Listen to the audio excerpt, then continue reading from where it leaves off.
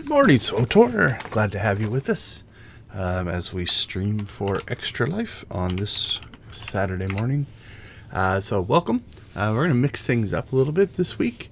Normally we play through our Dark Jedi, but we're going to dig out some different characters and try some new stuff. So Thursday, I think they delayed it till Thursday. They launched, SWTOR launched Galactic Seasons. So we have this new system. If you haven't played Galactic Seasons before, this is the third iteration. You have a daily thing that you can complete. So in this case, it is gain 25,000 personal conquests, which I already did this morning, setting up some of my characters. And then you have weeklies, and you can complete 7 weeklies. So if you look, we've got 1, 2, 3, 4, 5, 6. Go to the gravestone there. 7, 8, 9, 10 weeklies to choose from. You can do any 7 anytime you want. This is a change. If you did Galactic Seasons 1, they had it more structured, where you had to, every day they would put a new one up and you could choose to do it, or a new couple, I can't remember for sure. Now you can do those 7 whenever you want. So what we're going to try to do is we're going to try to play through some of these. Now I'm going to play through these as a solo gamer. If you do play with a group, some of these might be easier. So we're going to be playing some Flashpoints. We're going to play a chapter here. What I've already done, I ran some space missions, I think yesterday. So I've already done that one. And you get season points and these game analysis modules. We'll talk about those in a second. This one, I ran some heroics on Coruscant, knocked this one out. It was, I think, 8 missions and 100 enemies, something like that. So I've already done that one. Catch gamblers that are acting suspicious. This is a new type of system. If you go to cantinas or casinos around on different planets, you'll find these gamblers. And they cycle through a bunch of things. They'll place bets, they'll count their coins or something like that. But occasionally they channel this thing called acting suspicious. And you'll have a temporary skill that you can catch them and arrest them. So G.A.M.E is a new reputation. So if we look at a new companion that we also got with Galactic Seasons, where is she? There she is. We call her Faye, or she likes to be referred to as Faye. So she works for, I think it says in here, because I don't remember the acronym. Here it is. Gambling Authority and Management Entity. So G.A.M.E. G.A.M.E. So there you go. Now I have not done anything with this companion as far as raising her influence, but I have run with her, and so she exists. So that's that one. There also is when you pick up the new companion and you get her right here, it's the first thing that you get as far as the Galactic Seasons. Now I haven't claimed any of these. I'm going to do that on stream as well, just so you can see that system. So you get this mount and this box. The box is like any other companion. It gives you a mission you can do, so you can go and talk to her, and you go from planet to planet, and you collect data to find cheaters or something along those lines. Or it gives you this little item here, which is just nope, I don't want to mess with the mission at all. I'm just going to collect the companion. So you can use that as well. I did the mission because it was new content. I always like to see the new content. Let's get that out of the way. There's the mount. I haven't claimed it yet, but that's the new mount there.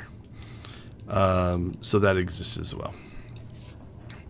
Let's see. Let's go ahead and close that one.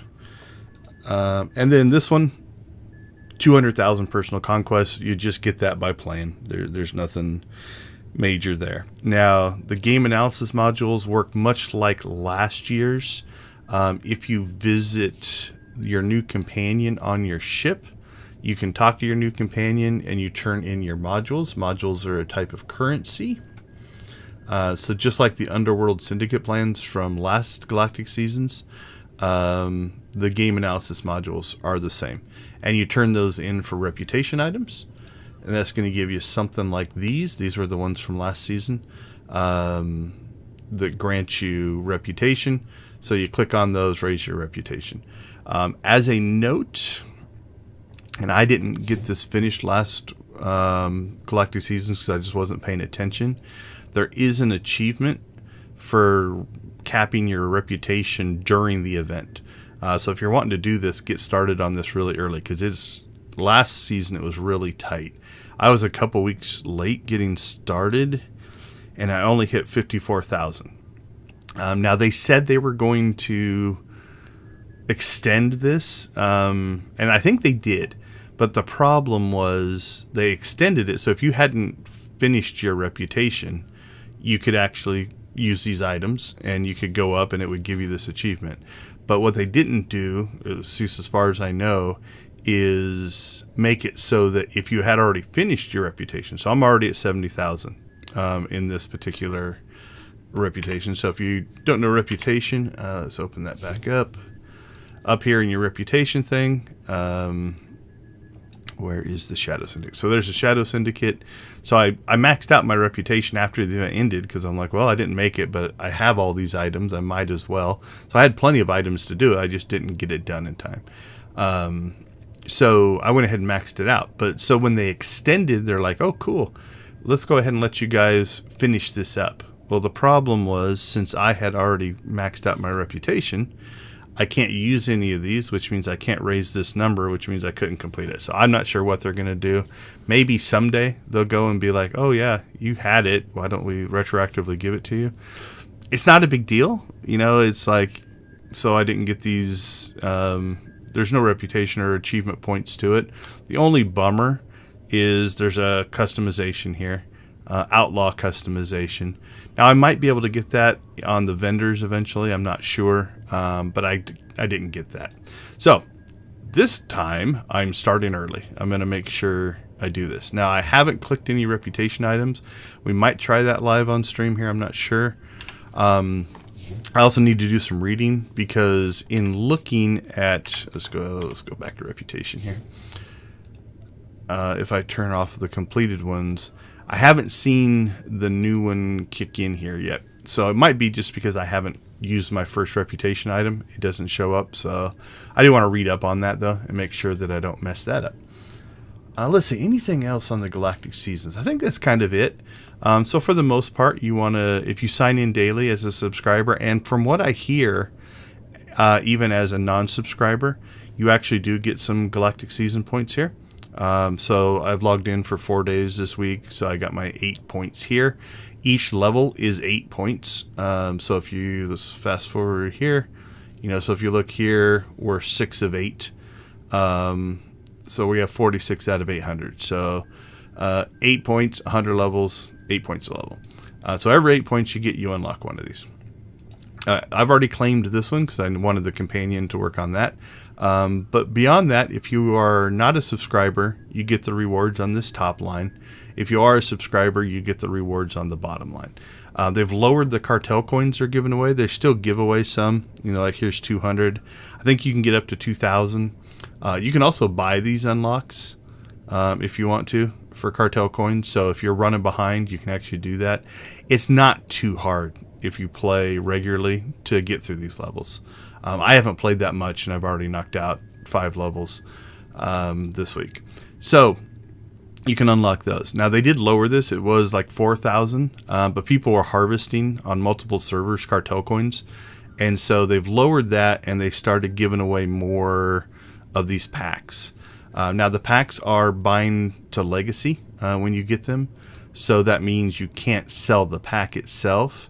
But my understanding is, once you open the pack, the items you get from inside, I think there is a 1 or 2 day, you can't trade it, but after that you can actually sell the stuff out of the packs on the GTN. So you can make some money that way. Let's see, other things that you can get in here. Conquest accommodations.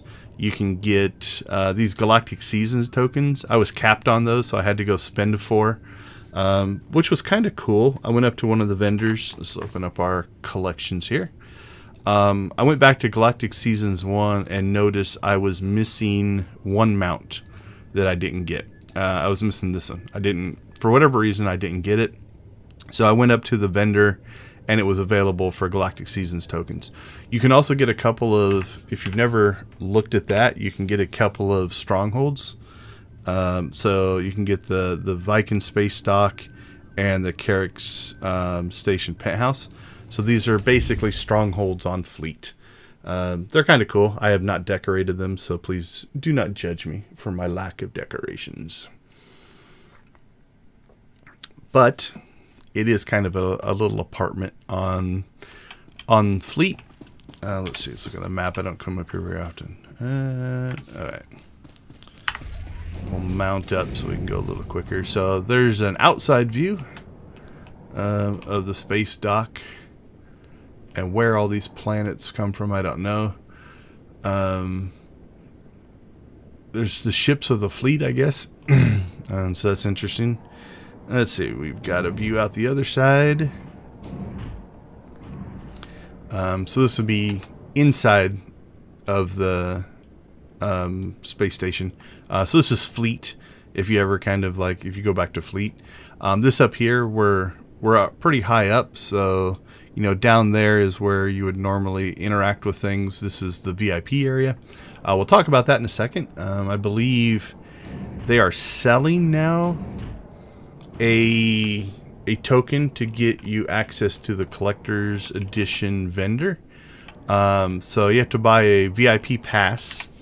So it looks like this. It's your VIP lounge wristband.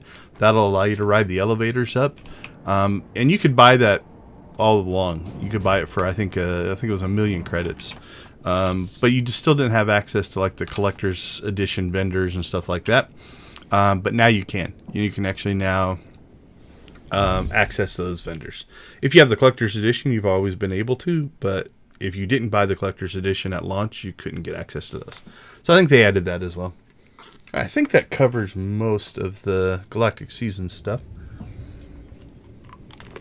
So what we're going to do, I've picked 3 more of the existing 10 that I'm going to try to knock out during the stream.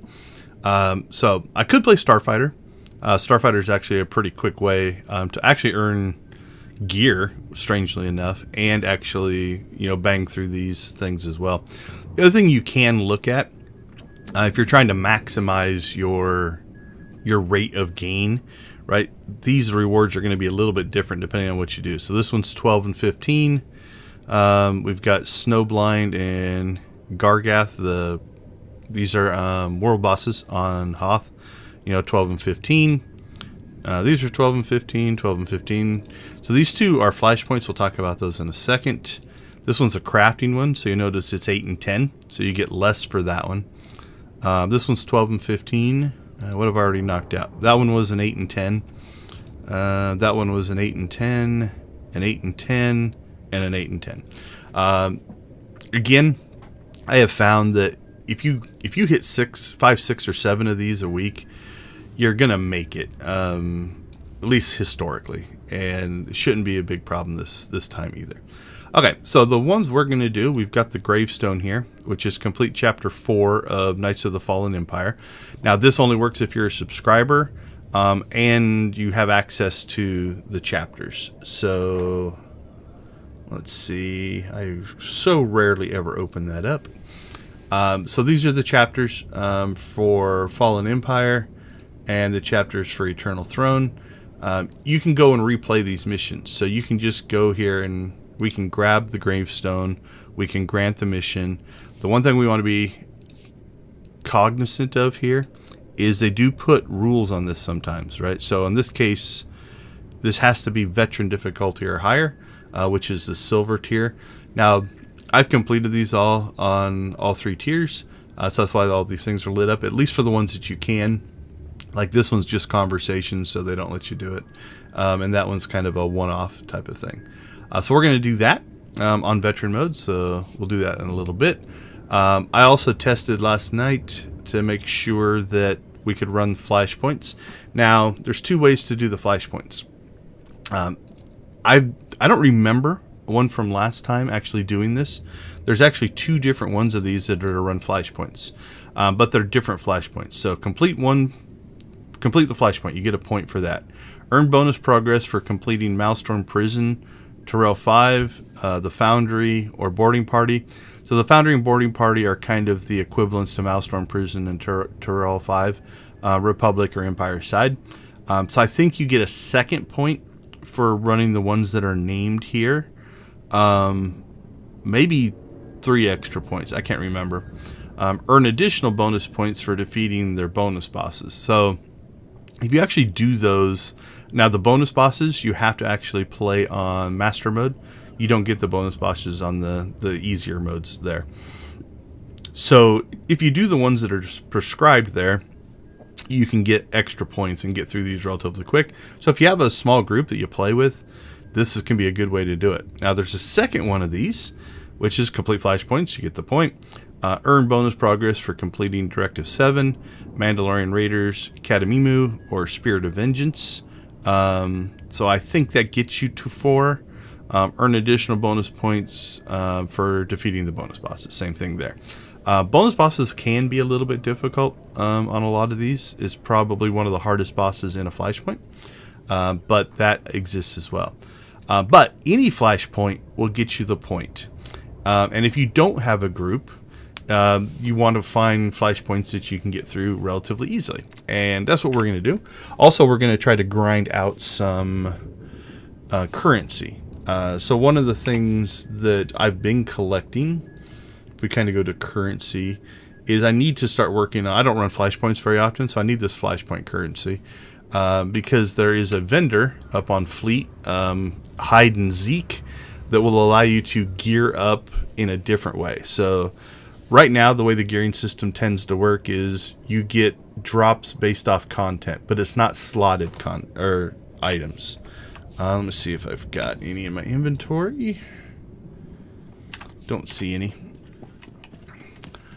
So for instance, what will happen, and we'll see the drops as we go through the flashpoint, but you'll get gear like this, like at 320, right? Then you take this gear, your 320 gear, you can go to a vendor on Fleet, and you can upgrade it to 322, 324, but it stays green, and it also is not, it's not slotted, so you can't change out the armorings and enhancements. It's just the stats are on the gear. If you complete the missions, which is to deconstruct I think one's a 328 prototype, which is blue, and a 330 prototype that was blue, it will actually unlock your ability to buy the armorings, the mods, and the enhancements. And so that's what I've done on this character. I've unlocked the prototype versions. I need to do the artifact versions of those as well, which will get me to the purples. So I've actually slotted up this gear, my weapons as well, with the blue 330s. But getting those drops out of flashpoints can help do that. So that's what we're going to kind of do today. So I think what we're going to do is we're going to jump up to Fleet. We'll run probably 3 hammer stations. I've got to get 6 in. So hammer station is a relatively quick one. You can get it done solo. I'm going to think, depending on how much talking I do, probably about 20 minutes. So we can get through 3 of them in an hour without any problems. Then we'll probably run the Gravestone just to mix things up a little bit. And then we'll come back and clean up with 3 more hammer station runs. Everybody has different favorites. Hammer Station is historically kind of one of the quicker ones. So anyway, let's see. Hide and Zeke. They are over here. We'll swing by and look at them. Let's just kind of look at the gear vendors we were just talking about, because it's SWTOR on the way. There is an event going on right now. It's the Swoop Racing event, which I have done very little of. I tried it like the first day and just never got back to it. So if you are level 80, you can talk to this guy. He'll give you a mission to go and just do stuff. And then you can buy up to 334 implants. You get an achievement for 330, I think, and 334, which means in the future they're cheaper. They're 6,500 tech fragments the first time and 2,500 if you have the achievement. So those are kind of nice. Oh, so in here you're going to see, like, you can just buy green gear. in here. So if you don't have any 320 gear and you have the I think it's the Conquest Commendations, you can just buy yourself a complete set of gear in here. But notice again, if we look at like this chest piece, the stats are on the chest piece. You can't change those. Then once you have those, you can come over to this guy, and it might not show up for me. Okay, there we go. And you can upgrade. You can upgrade your gear here. So actually, we'll do that. I'll probably regret doing this because we might get a drop. But if we look at my gear, these aren't 330 yet. Now this is probably one of the least efficient ways of upgrading gear, but for me personally, if I look at my currency, I'm always capped on these commendation fragments, and this is only low because I just bought a bunch of implants on another character because I was capped out on tech fragments as well. So I'm almost always capped here, so I don't really worry too much about it. So we have 2,300 tech fragments. We'll probably cap this out today while we're playing. So let's go ahead and take a look at this. So I've got my two relics here, and they're only at 328. So I'm going to go ahead and say, okay, focused retribution. I'm going to buy that one. And what it's going to do is going to cost me 80 daily resource matrices, 24,000 credits. The old relic, so I don't get to keep my 328. It turns that one in. And in this case, 30 conquest commendations. So we'll buy that. And we'll do the same thing for the second one. And now if we look at our character, both of these are now 330. So we got 330, 330, 334, 334, 330, 330, gear all the way across, 330 here and 330 here.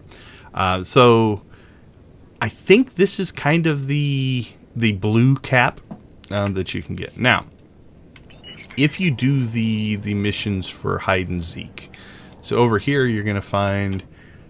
nope, we didn't go far enough. Okay, while we're here though, if you do get capped on certain things, you can come in here. Let's say you have too many tech fragments and you just don't know what to do with them. You can actually buy things in here to sell on the GTN or just get random armorings. Here, if you are capped on your conquest accommodations, it's a pretty horrible exchange rate, but you can just exchange them for tech fragments. So if you just want to dump them, you can. Also, you got Kai Zyken in here. He'll sell just random stuff. I think it changes every day or every week. I don't know. I never buy anything off of him. So this is just some stuff. Also, you know, if there's some old pets maybe you didn't get or some old mounts that you want to grab, there's some good stuff in here that you can just burn some of your tech fragments and credits if you don't have. A lot of these were things that you got by playing the game before. But if you didn't get these things... There, that one took a while to open. You know, it is a way to go ahead and pick up some of these things. So again, tech fragments here. If you want to kind of grab some of this gear. I don't remember. I'm trying to look at the names here. Yeah, I don't remember where this gear came from. Cosmetic armor. So, okay, so that's an option. All right, on to Bay 3. Over here, we've got hide and seek. So hide will give you a mission, and I haven't taken this one yet because I don't know. I have artifact stuff left, and I don't know which one I'll probably get first. I probably need to run some operations. Which I rarely do. So probably have to get myself into some ops groups to drop some purples. Alright, so we have a bunch of stuff here. They'll talk you through. There's kind of a story here about what they're doing. So once you get through the story, you can get to the point where they'll give you your choice of missions. So I've already done 2 of these. So I did the 328 prototype and the 330 prototype. I've got the artifact ones left. Now, I'm not taking these missions because if I get a 330, I guess I could just abandon them. But if I get a 330, I want that one. If I get a 328, I'll probably do that one. What you do is you get these missions, and they basically say, okay, what you need to do is you need to deconstruct an item of 328 quality in your inventory. Now I don't think I have. Oh, that will work. So deconstruction. So like this here is a 330. Oh no, that's just an enhancement. If that was a piece of gear, this would work. But if you click on this deconstruct and you have a piece of gear that's 328 prototype or 320 or 330 prototype, you right click on it. It comes over here. You deconstruct it. We'll do this because we're going to get some gear in the Flashpoint, and then it will. The mission will say, "Cool, go talk to Hyde again." Right? That finishes the mission. Once you finish that mission over here on Zeke, and I love the hide and seek kind of thing here. That is going to give you the pieces on here. So now I did the 328 and I did the 330 prototype. So now I have access to these. They're only 100,000 a piece, which isn't too terribly bad. And, you know, I can go ahead and grab these. What's really interesting is if you look at these, they're legacy bound. So theoretically, you only have to do this on a single character. Like I could buy stuff for my tanks here and then just throw it in my legacy box and go ahead and, you know, gear up my characters now, the way I did this character. So if you don't want to go through, like, so all these blues, the way I upgraded that green one, there is a vendor. So blues you tend to get in Flashpoints. So let's pop back over to that first bay. You know, so over here you can buy gear and then you can upgrade gear. On this side, we've got a Flashpoint gear vendor and an operations gear vendor. Right now, there's nothing here because I don't have any blue gear, but this would upgrade. That's funny. That's a bug. It still says Zeke from the last. Oh, because there's no items. I don't think it. Yeah, it's just confused. But anyway, what would normally happen here? Yeah, I can't get either one of those to trigger now. Much like, yeah, this one's probably not going to trigger either. Okay, so basically what would happen is if I had blue gear, which you get from Flashpoints, it would pop up my ability to upgrade that, just like we upgraded the two pieces there. So I can do that with blues for Flashpoints. I can do that with purples for operations. And so if you get, let's say, a drop, let's say I get, the way I did this the first time, I had a 320 blue earpiece. And so what I did is I came over here and I spent my currency, which is, in this case, it's FP for Flashpoint. We've got operations and war zones. I spent my Flashpoints to upgrade the 320 to 322, 324, 326. And then when I got to 328, I deconstructed that 328 and that finished the mission. All right, hopefully that all made sense. I'm still, I don't know. I liked the old gearing system better. I didn't like it when it first came out, but they worked on it long enough that it got pretty good. This one, so the collector in me doesn't like it because I like to get stuff. The player in me, a little frustrated. The developer in me is like, I get it. For the most part, if you just play the game the way you want to play the game, you're going to get gear drops that set you up for what you need. So for instance, you know, I've been playing the game on a lot of different characters and I've got 320 green gear on a bunch of them. For story stuff, for running things with your friends, for running heroics, and even doing Flashpoints, it's plenty of gear. You know, you lose a little bit of the min-maxing and the, you know, I want to get my, so for instance, get my accuracy just to a certain level. You miss a little bit of that, and so it's a simpler system. And that's one thing they did with version 7 of the game, is they did simplify a lot of things. So you miss some of that. If you run Flashpoints, you get the blue gear, and the stats are slightly different. They're more geared towards a little bit harder content. If you run operations, you get the purple gear, and it works the same way. In general, though, you don't need 330 or 334, I don't know even what the cap is anymore, purple gear to run story mode content. You just don't. But the collector in me is frustrated because now you have to do certain things to get the gear. In the old systems, you could get any gear just by playing the game the way you wanted to play. That was their big advertising thing. Play the way you want to play. And now that's not as true. But okay, I think that covers everything. So let's go ahead and get started. So we are going to, now I'm going to run with this companion, who is only an influence 1 companion, and show you that it's like I don't even need that good of a healer to get through this. So what we're going to do is we're going to start Hammer Station here. And we're just going to spacebar through the conversation. And we're going to run it in veteran mode. I think I could maybe pull it in master mode. But it's not going to give me any more credit towards the Galactic Seasons. It's just running the Flashpoint that matters. Now, I'm doing this solo, so it also means I won't be able to meet the weekly. To do the weekly, you have to run in as a group or through Group Finder. So I won't get these rewards, but I'm not that worried about it. That's not why I'm doing it. All right. So we are going to run with our level 1 influence companion here. Turn my headphones down a little bit. There we go. And see how we do. Well, I know how we're going to do, because I ran it a couple times yesterday. But I'll show you the tips and tricks I know from the standpoint of Hammer Station.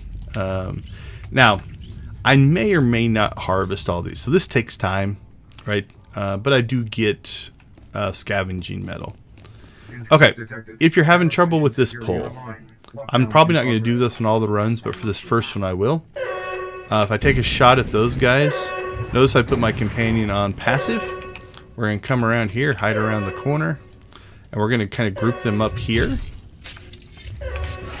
And now I can area them down. Now, I like to play my commando here because I have these defenses that make my life a lot easier. And we probably are going to have to pop them maybe on 1 or 2. Okay, same thing. I'm going to harvest this run, but we'll probably start skipping harvest. This pull gives people problems, depending on the mode that you're playing on. There's these 2 golds. If you have somebody who has the 60-second stun, a lot of people will stun one of these guys just so they don't have to deal with the whole group at once. I do not have a 60-second stun, so I'm going to just come and hide up here. And we're going to bring them around the corner here. And again, I'm going to start area and attack them down. We're going to get our companion back off passive. Now we're going to take some damage in this section. We'll see how our healer does. Now remember, she is a level 1 influence healer, so definitely pulling some damage. She's doing fair. I'm going to go ahead and now pop this because as a commando, now every shot that hits me heals me. And once we get down to the two gold star droids here, we're going to be fine. Again, now we're only playing on veteran mode. If you pull this on master mode, it's going to be a lot harder. But that's not too terribly bad. There we go.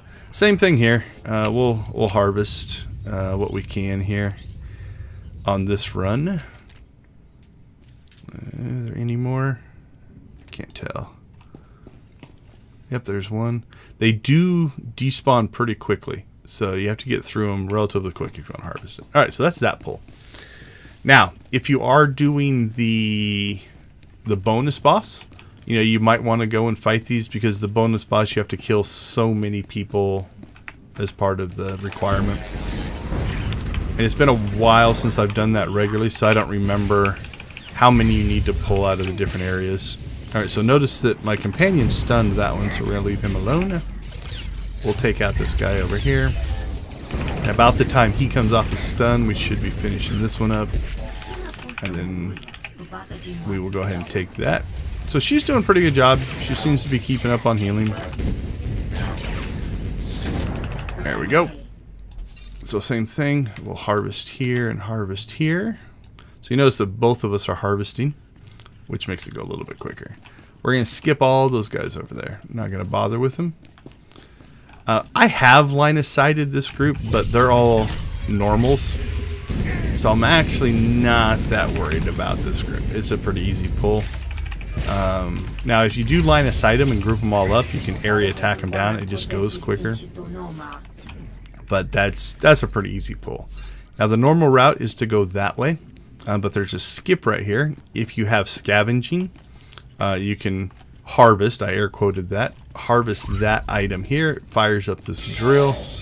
The drill drills through the wall here, and we can now, instead of going through here, which has a bunch of enemies, we can just kind of skip down this little area here and not have to fight anything. And again, because I'm not doing the bonus boss, I don't care about that.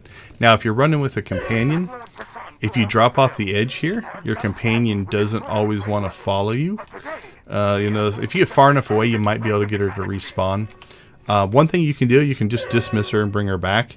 The thing I like to do is I'll just use my rocket boost, and then once that ends, she'll respawn next to you. So it's pretty straightforward. I often also rocket boost into the thing to plant her underneath him as much as I can, so we'll just do that manually. There we go. So we get her kind of stuck there. Now, if you're running solo, unfortunately, they have, I don't remember this when this change happened. I can't use these healing things, right? I think they're trying to discourage the solo runs a little bit. Alright, let's get a dot on this guy. So now this is just mostly grinding. The mechanics on the story mode version aren't that difficult.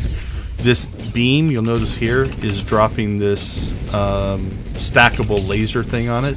That thing hurts, especially in master mode. Your healer needs to cleanse, usually your tank is going to pick that up. You've got to get that cleansed off, I would guess, before it hits 4. So there's 5, and then my healer's cleansing it off of me, so that's good. But that does a lot of damage.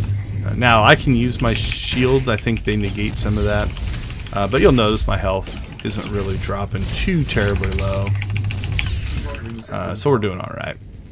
But while that laser's going, yeah, again in veteran mode, we're just not pulling enough damage that my healer's easily keeping up. So okay, the other thing that's going on here is you'll see those droids kind of fly around a little bit. They'll fly around, don't attack them. They'll eventually turn into plantable bombs, essentially. Right? They'll drop on right there. And then, so if that happens and you're standing next to it, just move. Alright. So if we look now, you know, we've picked up some crafting materials. There's a 320 gear drop and a 330 gear drop. So earlier when I was talking about deconstructing things, you just click on that, you put the piece in there, and once you deconstruct it, excuse me, it triggers the mission. Then you just go back and talk to the guy. Alright, we're going to leave it for now. Alright, that was the first boss. Let's move on. So this area here, if you engage these guys, it will pull the guys up there, and a group will come out of that door up there. Oh, crap. I was about to say, and if you skip them, so if you hug this wall, like I didn't do very well there, you don't have to fight these guys. So let's see if we can get them grouped up. I also pulled the guy in the hallway. Oh. Okay, well, we pulled that off. That was an accident. Okay, she's stuck. We'll deal with that in a second here. That's the other thing that can happen to companions. On these thresholds, sometimes they'll get stuck. I didn't know this was one. Normally that doesn't happen. But alright, let's see if we can get her to come in and harvest. Nope, she's stuck. Okay, so anyway, if you come in here and you hug this wall, you can usually skip that group, then you don't have to fight any of those. We're going to go ahead and mount up, which is going to despawn her. Now this pull, you want to go into these two here, because that third guy is going to jump. So he'll jump right into your area attack. We'll get her back out of passive mode, so she heals us. And we'll kill these 3 guys. So So I screwed up that skip a little bit. Don't feel bad. I've run in groups where, you know, we go through that and somebody doesn't quite get tight enough and they pull aggro there. And then they're always like, oh, I'm so sorry, I'm so sorry. Alright, this next group isn't too terribly hard, but for speed, I like to do the same thing. I will line of sight them. So again, we'll put our companion on passive. We'll go and hide behind the little pillar looking thing here. Start dropping some area attacks on it so we pull aggro. And then I'm going to come down here. There's one melee character in there, so we want them on us so we can keep them inside the circle. And again, this is more just about the damage output of the area stuff. Hitting 5 guys is quicker than killing them one at a time. There is a diminishing returns on that. Obviously, if you get, you know, 2 guys. So for instance, there's a kind of a mini bonus, or not bonus boss, but a mini boss up here we're going to fight. The area attack doesn't work. Okay, this is the second skip if you have slicing. So the first one was scavenging. If you have slicing, you can slice this elevator. There we go. So instead of going, let's see if stop moving here. I can't see it really well on the map, but instead of going up that way and around a corner, and then you end up on this side of the bridge, you have to cross the bridge and fight all those enemies. Again, you can skip them if you want. So that's what we're going to do. Pull these guys all into a group. This little melee guy should come over to us. The mortal volley there is nice if you have some normals in the group, because it does allow you to knock them down, which means they do less damage. We'll just area these guys down. Alright, this next group, I like to use this little oil slick thing here. It's kind of like an explodable crate. Also, I'm going to mount up because I want to group all these guys up in the oil. So we're going to come down here. We're going to get attacked. We'll pop this, light it on fire. So you'll see the blue numbers will start popping up there, right? So that's just extra damage that's getting laid out because the fire is burning. So it just makes it a little bit quicker. Now again, if you're doing this in a group of 4, the time it takes to set that up and do it may not be worth it because your group's just going to hammer through them. Okay, if you are doing the bonus boss, this is where the bonus boss is. There's a terminal here if you meet the requirements. You'll go down inside of there. You'll fight him down in there. He's pretty tough. It's like a big creature. But that's where it exists. Okay, this is skippable. You don't have to fight those guys. Just hug the wall over here, and we'll go around them. So this is our next set of bosses. Most of the time, people want to kill Torch first. You kill Sawbones second. You kill the boss third. In Master Mode, a shield will bounce between them. So oftentimes you won't fight the shielded one. If the group's quick enough, you can kill him. You kill this guy before he gets the shield and stuff like that. Alright, we'll go ahead and pop in here. So I'm going to attack Sawbones. And then I'm going to area attack because I want to keep the volcano on me. I'm not going to worry about Sawbones over there. I'll let him attack my healer. Healer versus healer. So Torch does that area attack. If you're tanking this one, you're going to want to make sure to keep that away from your group. In Master Mode, that thing does a lot of damage. Alright, we'll knock out Sawbones here relatively quickly. And now it's just one-on-one with the volcano. Vorgan the volcano. Alright, while we're just grinding this guy down, we'll remind everybody, so we do play Star Wars The Old Republic every Saturday morning. We stream for an organization called Extra Life. Extra Life is a charity that raises money for the Children's Miracle Network of hospitals. So each streamer can choose a local hospital that they want to support. I chose Phoenix Children's because I live in Phoenix. But if you look in the chat or in the description down below, you'll find a link to my donation page. Any and all donations are appreciated. Alright, here we get to be a good guy or bad guy. I think if this kills people, this just seals the door. I don't know. It's been a while since I've watched this. I'll watch it. There we go. I think you can electrocute them. I can't remember. Okay. We've got another issue area here. This door, your companion will get stuck on. So we're going to go ahead and mount up just to avoid that. We're going to attack that guy, attack that guy. We're going to knock those guys down. We're going to clean up these. Now, if you're in a group, usually you'll have one person kind of clean these up while your tank grabs this group. This group can output a lot of damage. When you see these silvers or these grays, they often will do more damage than a gold. They just have less health, but they can be pretty deadly. You know, you can see even, you know, arguably they're doing more damage than the bosses did to us. So that can be a rough pull there, especially again in Master Mode. We're only playing on Veteran, so it's not as bad. All right, we harvested.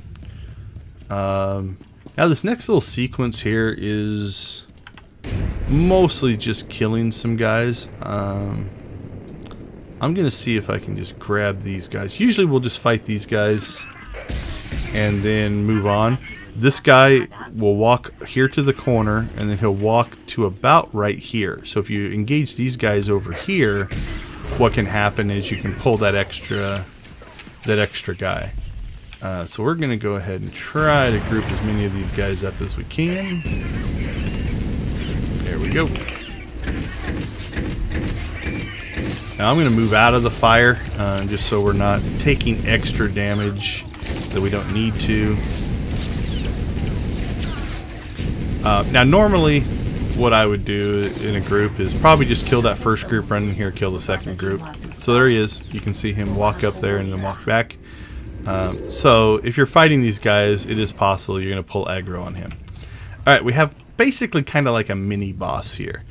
This is an instance where your area attack isn't as useful. There's only 2 of them, so you're not doing as much damage. So I'm going to make sure I pull aggro on both of these guys.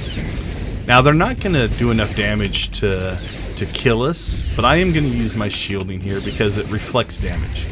So you'll see this one's taking damage even though I'm not directly attacking it. So it's just a little bit of extra damage that will help. We'll do the same thing there. Plus, it does make her life easier for healing. Now, if I try to area attack this group down, I'm going to run out of energy long before I kill them. I think you can get them about halfway down solo. Now again, if you have a tank, a healer, and 2 DPS, you might be able to area attack them down relatively efficiently, but alright, we got one, and now we'll get the other one. So between the dot I put on that one and the reflection damage, you can see it did maybe an 1/8 of the damage. So it just makes it easier to kill. Now what's going on here in Hammer Station? So Hammer Station, if you read through the story, grabs these asteroids, kind of speeds them up and launches them at the planet, which is pretty devastating if you think about it. So, you know, it's gathered up that asteroid there. If you're on the bridge when it disappears, you'll fall and die. So we're about to see the launch here, and so then it accelerates the asteroid and shoots it down at the planet. And then the bridge will go blue. Not sure how far it goes in the animation, but okay. Now sometimes if I'm with a companion, I will mount there because I don't want my companion to be standing on the bridge when the bridge disappears. Same thing. I will sometimes line of sight some groups here. Sometimes I'll just do it one by one. So you got a group here and another group just around the corner. Most groups I run with, they just kill these because you can rip through these with the full group so quick that the amount of time it takes you to set up and wait for the line of sight, it's just not worth it. There's not enough guys here, right? There's only 4 here and 7 here. You can usually just get through these without any trouble. Alright, the other reason I'm running with this weaker companion is, I think I said this early on, there's a chance that enemies will drop that game currency for the reputation items at a higher rate if she is your companion. This is something I think is new. So for instance, if you still need to work on the Galactic Seasons 2 reputation, you didn't get that finished, if you run with Fen, what's his name, and where is he? I wish there's a better way to sort companions. That is a quality of life thing I would welcome. Or even just search for him, you know, be able to type in the name. Where are you? Are you up in this group? I think right now it organizes them by level, maybe? I can't remember. Maybe alphabetically. I got Blizz, Bodar, Yoon. Not going to be in that group. Rewards. I bet she's in it. There he is. Venzil. So if you make him your companion, you'll get the Shadow Syndicate drops that will allow you to keep working on that reputation as well. Alright, I'm going to do this boss with this companion, and future runs I probably won't. It's just harder. This boss, if you're soloing him, is easier to do with a melee companion, and I'll show you why when I maybe go a little crazy in trying to pull this one off. So the first thing he's going to do is a sweeping gunfire. In master mode, that thing is pretty devastating. So that's it right there. So you don't want to drop that on your group. He also has a knockback, which can knock you off the ledge there. So you notice I got knocked into the thing. So here's the problem, right? So my companion is now standing in damage. So I'm gonna put her on passive, and then and there it is again. So I'm gonna put her on passive, try to get her out of that. Now the sweeping gunfire will hit her, so I'm going to move over here. Hopefully she doesn't get knocked off.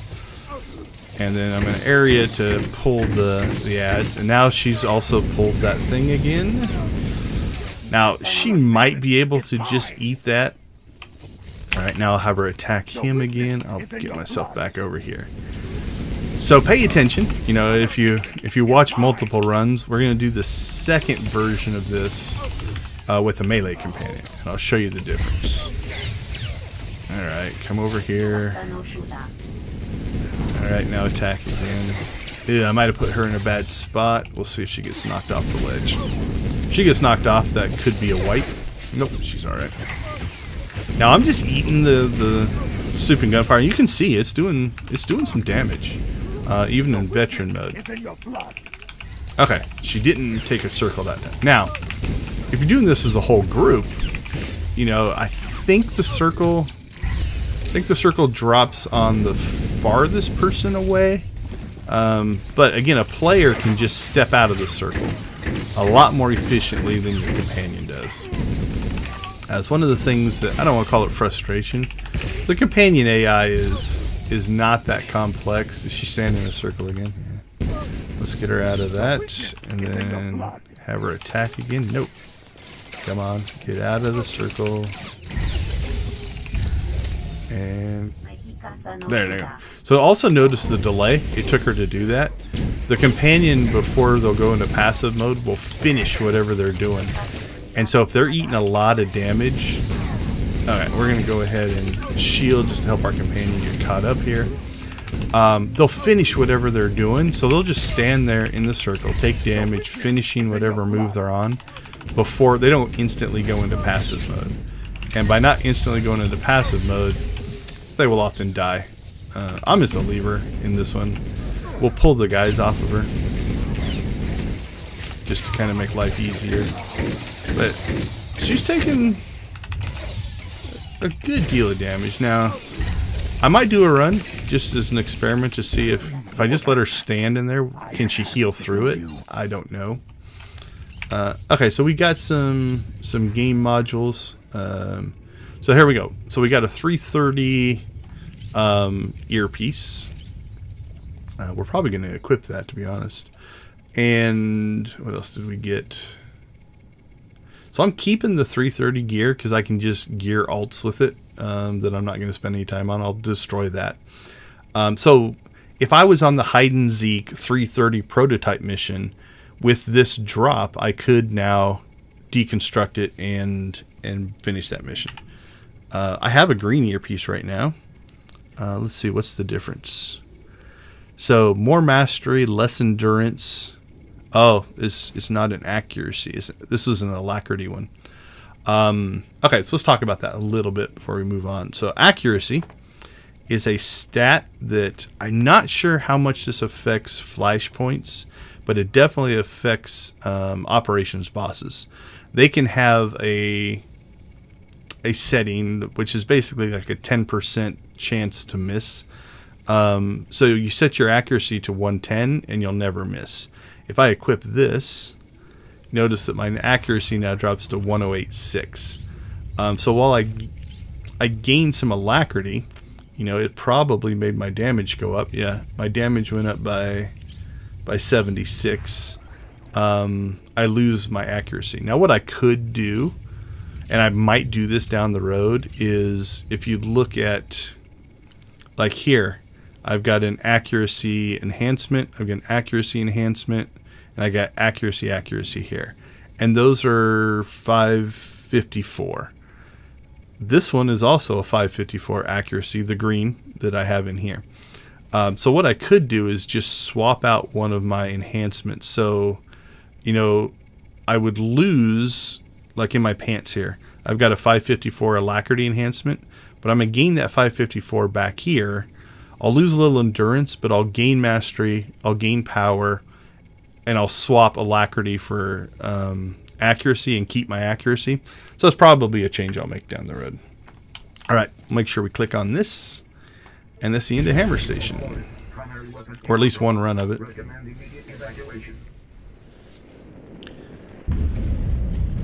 So back to fleet we go. And I think we were at, what, 52? I think I saw 52 of the game currency. We got 3 from that final boss, so that should put us at 55. So let's see, how many did we get just as drops? Because I really didn't pay very close attention. Oh, we got none. So running her actually didn't help me at all. So maybe that only applies in the open world. I don't know. Or maybe it's just not working. All right, same thing. We're just going to skip through those. And we now have 3 of 8.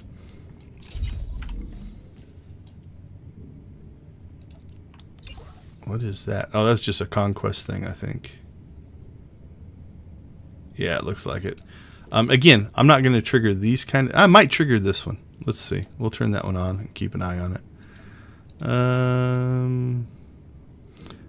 Yeah, we're definitely triggering that one. All right, let's turn that one on as well. All right, we'll keep an eye on those.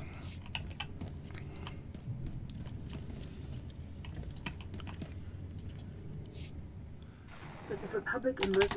Okay, so this time we are not going to collect harvest. So it's 10:58 as we enter here. Let's see how fast we can go through it.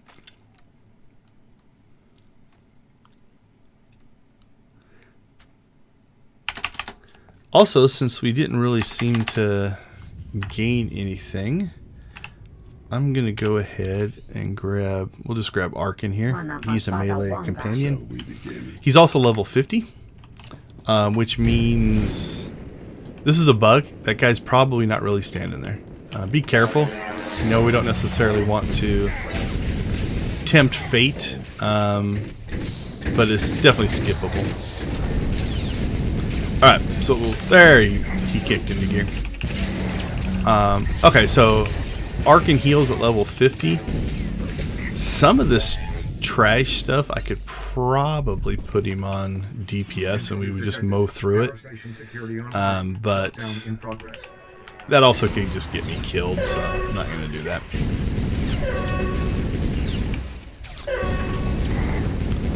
Alright, Arkin, you go fight that guy, see if he can kill him. Now he is in heal mode, so You know, he will do some damage. If we watch over there, you know, he is attacking between heals. But healing is his primary thing. So he probably got a third of the damage on that guy. We will loot because looting doesn't take that long. We'll shoot that guy on the way by. Hide around the corner. Get our camera to straighten out there. Alright. Now this time I'm going to pop this nice and early. Because you see all the little flashes? That is reflecting damage. This also reflects damage and will heal you at the end. But the quicker I can kill the bulk of these guys, the less total damage they do, which also means less healing. Now also, Arkan is a level 50 influence, where Faye was only a level 1 influence. So his healing is going to be more effective as well. So a couple of things kind of were going for us there. If we want on the third run, I might consider doing a version where we'll just see if Arkan can heal through that or not, without doing the defensive stuff. But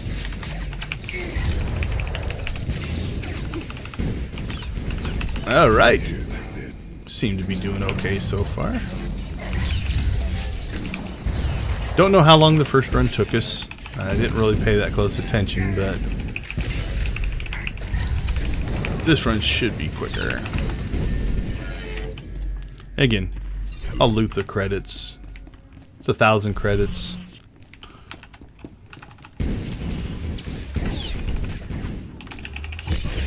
Alright, take those guys out. So I can get both of those. I did not. So we'll just skip out of that. Probably grab both of these guys though. And we're going to go ahead and send Arkan there while we loot. So he is scavenging the drill, getting it working. And we are through. So you'll see it actually shows up as a resource node on the map. Alright, same thing. We're going to go ahead and go into speeder mode so that we don't lose our companion on the ledge. And same thing here. I'm going to use my defensives, not because I'm all that worried about us getting hurt. Arkan will keep up. He just does extra damage.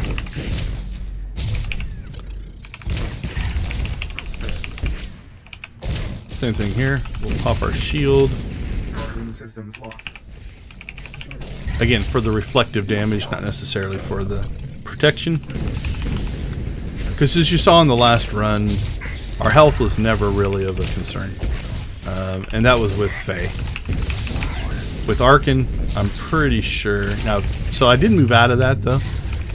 Again, probably could have just eaten the damage and it would have been fine. Because we're not taking that much damage. But one thing I have found, and I'm a believer in, is if you do want to eventually play harder content, what you want to do is, even when you're playing simple content like this, where you know what, yeah, I can just stand here, I can let that droid explode on me, get into the habit of playing correctly, because if you do, it's an easier transition, right? If you're used to just standing and taking damage when you don't need to, on higher end content, you're going to make your group mad at you, because that makes their job. Ooh, I did harvest that one. It won't matter because we were running anyway. That's more muscle memory. But get into that habit. Develop good habits of playing. Okay, so this time we'll be a little bit more careful. So if you kind of go along these boxes, get along this edge, you can skip those groups.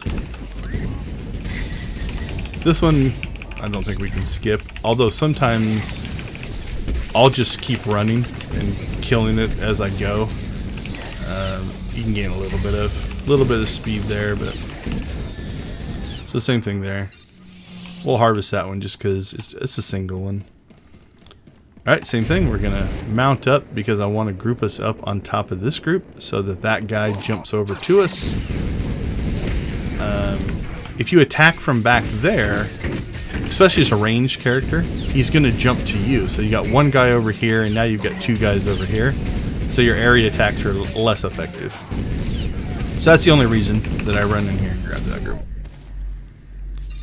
Alright, same thing here. We're going to go ahead and... Right behind you. I do like to group this one up.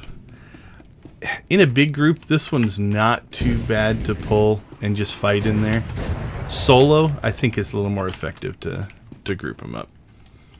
So if I'm running as a group, I would probably not line of sight this group. It's just not worth the time.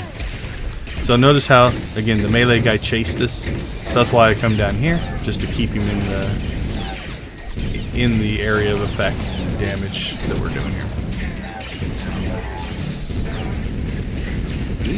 Running tight on resource. Not too bad. Alright, we'll let him harvest one of those. Something else I'll often do, especially if I'm ranged DPS, if we're fighting this group, I'll fight and keep working my way over here so that I can slice this even during combat, so that the elevator is ready to go. Just to speed things up a little bit.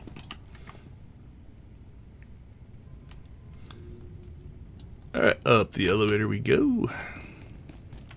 So oftentimes, again, I'll speed her up here just so I can plop us both right here in the middle. Now, him being a melee companion does help that a little bit, though. Because he won't stay back there to heal. He'll come up here and fight these guys to get to within melee range. And we'll go ahead and pop that. It's kind of a two-stage. You have to let the oil spread a little bit. So I'm going to have him attack that guy because I want him nice and tight in this group, right? Then the second click will light the fire. And just get a little bit of bonus damage.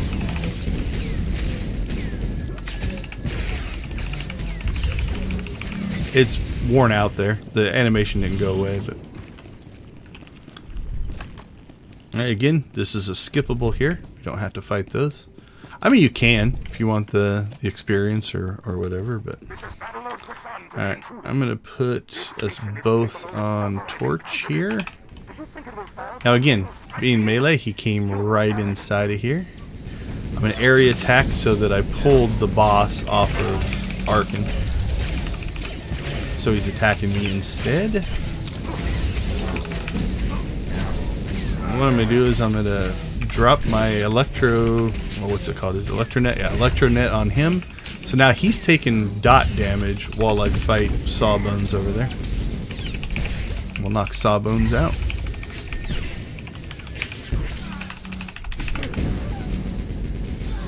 There we go, and then onto the volcano.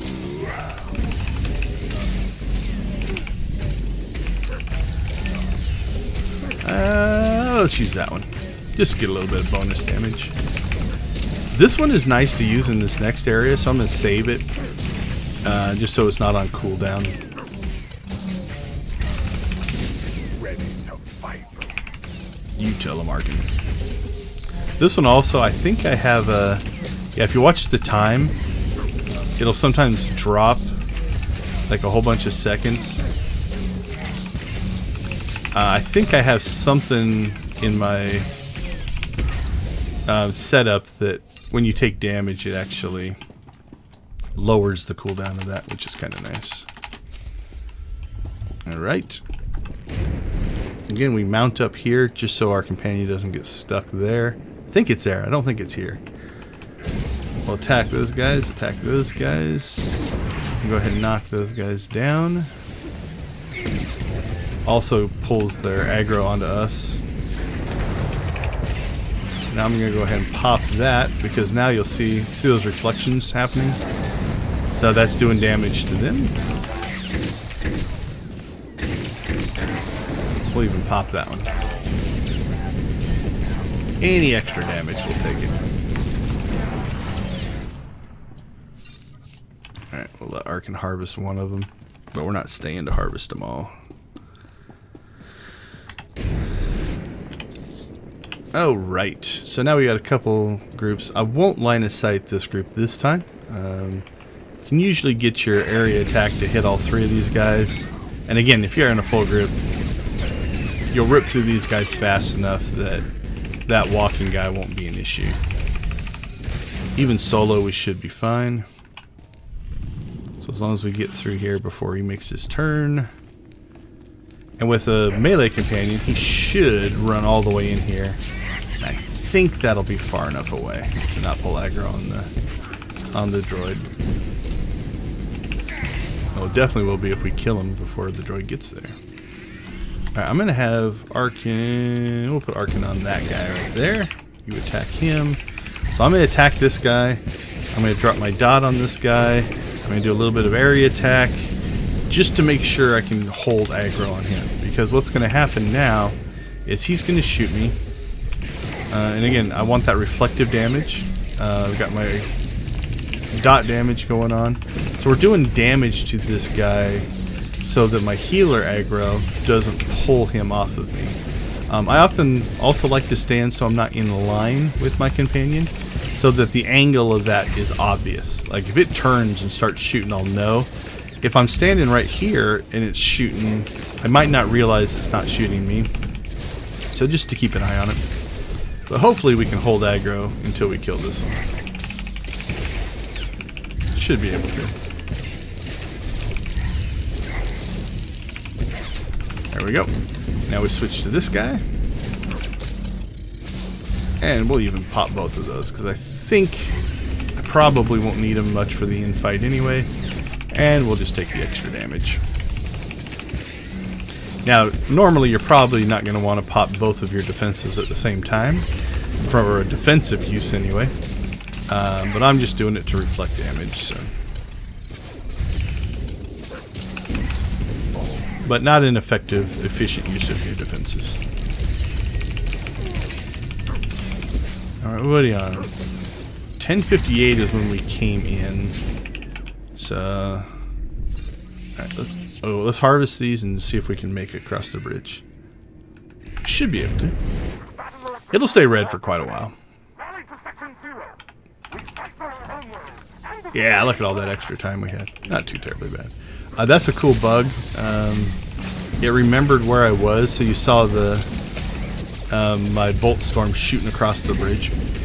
Because the origin point of the animation effect was still back there on the other side, which is kind of funny.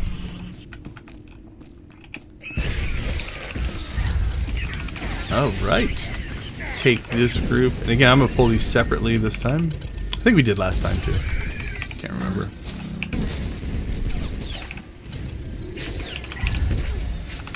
Now the downside you got to watch out for is your positioning with a melee companion. You know, you don't want to drop the circle on top of your companion. So yeah, they're too spread out. Alright, we'll use the knockdown on these two guys just to kind of take out some of the damage potential. And then we'll fight these two guys here. So, like, I want to stand between these guys, right? But I'm going to back off here because I don't want them... Because they're going to drop the circle on me if I have aggro. And I don't want it to drop on Arkin. Now, again, we're doing well enough that I don't think it would have been enough damage to matter. Okay, so here's where having a melee companion is going to make this fight way easier. So I'm just going to get myself in alignment here.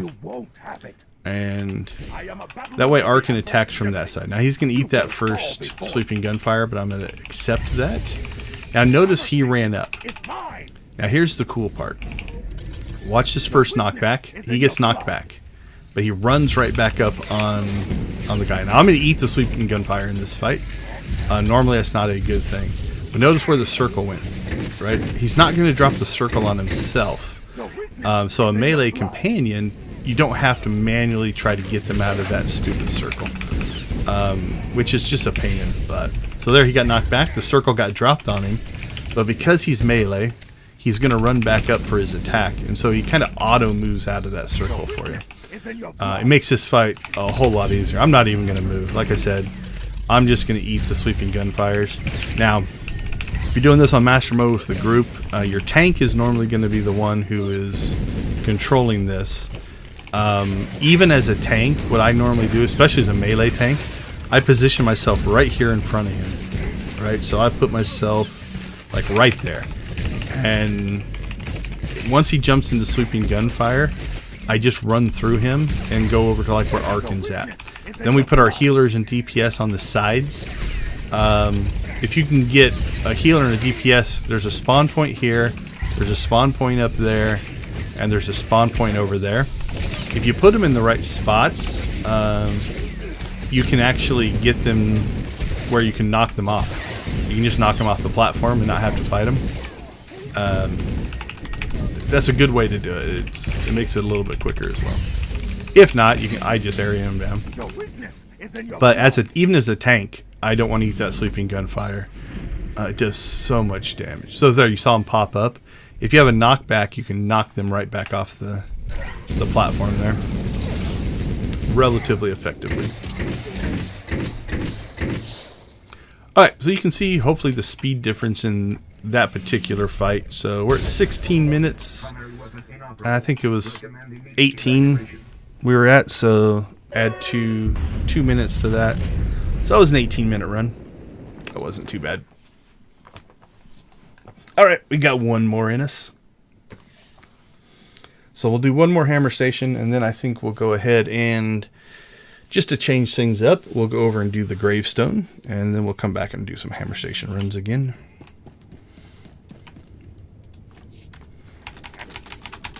Same thing, spacebar through these. Spacebar through.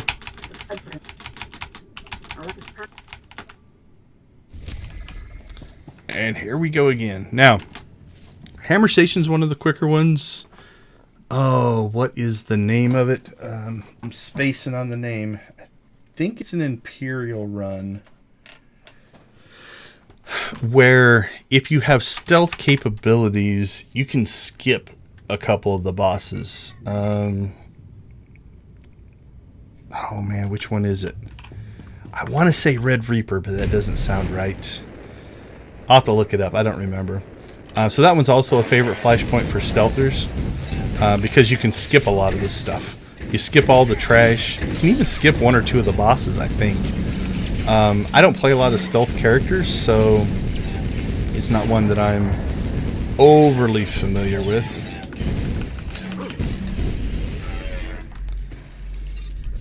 Alright, I'm going to try something here. Let's get a little bit ambitious. Lockdown in progress. Actually, we can probably just skip that group. Yeah, they didn't even attack, so... I was going to pull both groups, but... we don't even have to fight that group. We will do that. Alright, a little bit of a camera issue there. It wasn't a good pull. Alright. So this one's a little messy. So we're going to try to clean some stuff up here. So I didn't stay up there long enough because my camera got a little funky there. And I dropped down too soon, and they hadn't run all the way in yet. So what we're going to do is we're going to take out him just to lower the damage output. Now I think we're okay. We'll pop that, which will give us a little bit of extra resource. There we go. Our resources are caught back up. Alright, that was a little bit of a messy pull.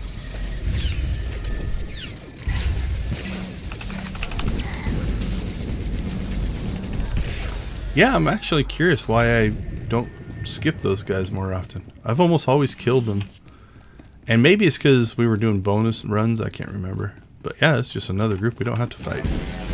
We'll take it. Alright, that's a little bad luck.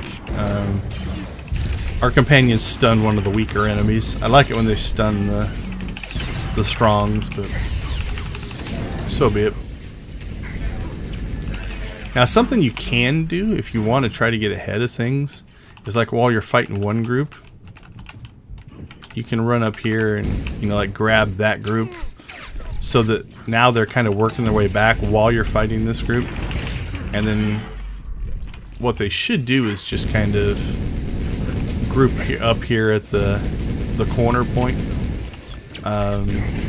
if you get a good group going, you can, and your tank knows what they're doing, you can chain pull things where you get one group going and then he pulls the next group in, and you just kind of keep leapfrogging your way through.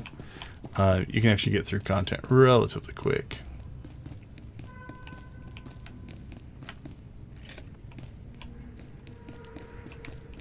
Come on, Arkin. What are you doing? Oh, is he stuck? Yeah, he's stuck. Okay, so in this case, he's stuck. Right? He won't harvest that node. So I'm gonna hold the shift key down and right click, and I can do it. I could also, you know, pull him and make it so that he despawns and respawns, but I want to save my mount here so that I can get him over this edge. So again, it's just one of the things with companions. They occasionally get a little stuck on the navigatable mesh that shows where they can and can't walk. So that can be an issue. Easily fixed issue, but still a kind of a pain in the butt issue. I was standing there at the wall like, why won't this open? Because my companion was not doing his job.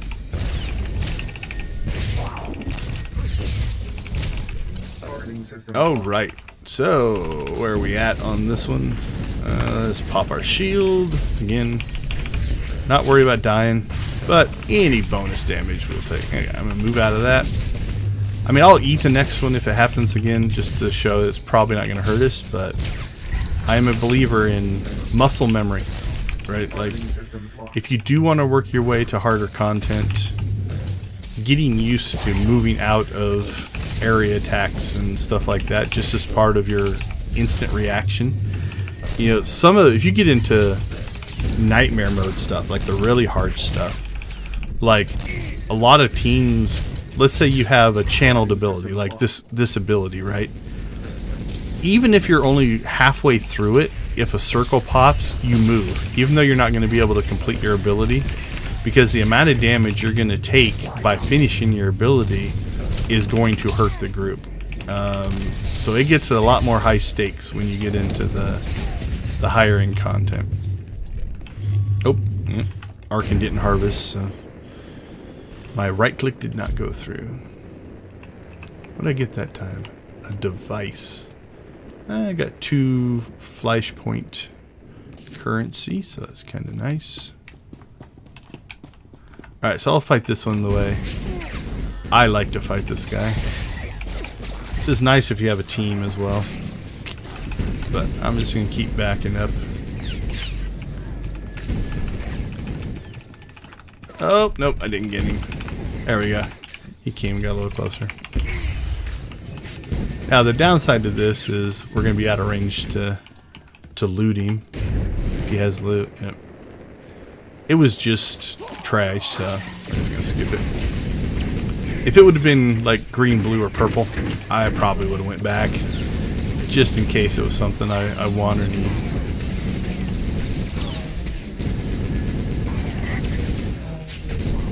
Alright, clear that group. Again, we came in here so that the leaping guy would come to us. Just to do it a little bit differently, I'm not going to line of sight pull this group like I normally do. Just to see if it makes much of a difference. Recharge your energy there a little bit. Now we can use the environment to our advantage.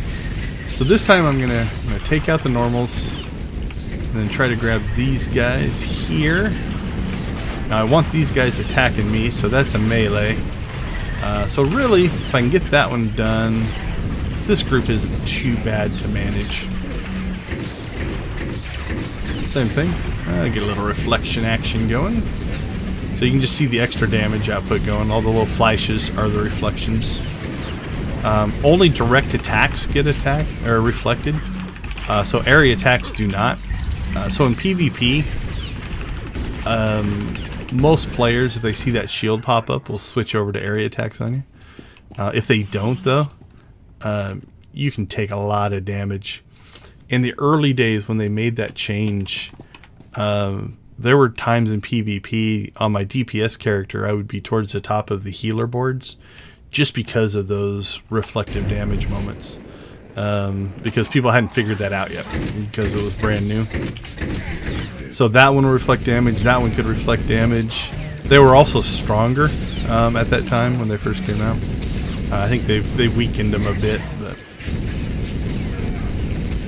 yeah, the survivability of mercenaries and commandos is pretty rough. I like it. I forgot to pop the thing ahead of time. But all right, let's get these guys grouped up here. Ark can come down here and attack that guy. There we go. Get some bonus damage flowing. So all the blue numbers are coming from the fire.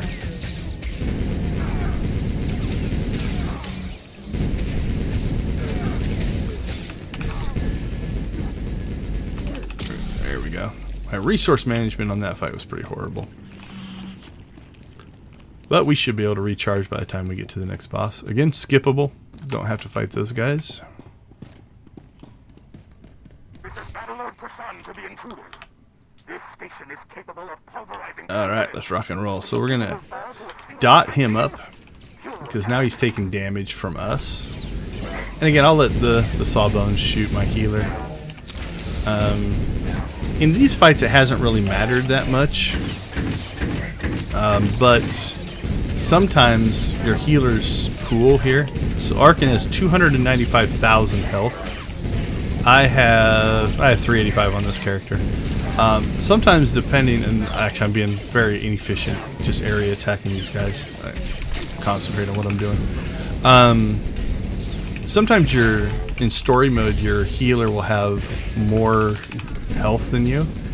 And so if you're trying to spread damage out, you know, you're having some issues with a fight or something like that, allowing them to attack your healer can be a good thing, because they have such a big health pool sometimes.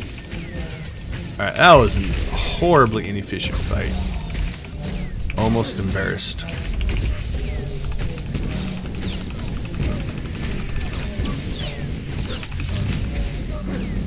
Get our... So, for this class, energy management, these little chevrons, greater than signs here, the more of those you have, the faster your recharge rate. So if you only have 2, and I don't know the exact numbers, but let's say 2, you're going to recharge 2 resource units a second. 4, you're going to recharge 4. So if your energy gets really low and you're 1 and 2, it also recharges slower. So you want to get those back up to the 3s and 4s, just so that you're recharging more energy, which means you can do more damage. So if you haven't played this class, that's what's going on there.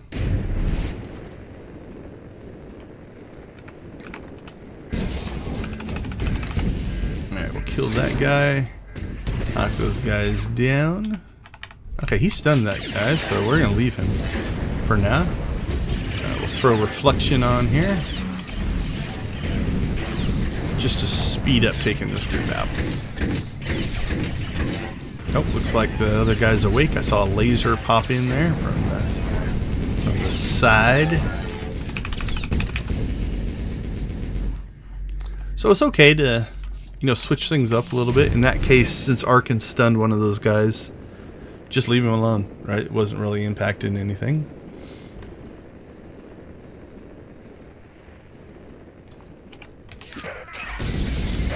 And we will area the 2 droids and then single attack the bombardier. Again, eating damage there. Probably don't need to, but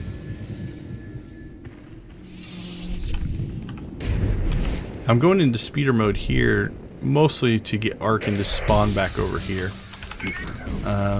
just to try to make sure we don't pull that extra guy. Not because I'm worried about not being able to kill it, but just because it's one more fight.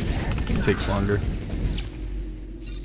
It's funny, to me, this is probably the most annoying fight in this Flashpoint. Oops, I did that wrong, but that's alright.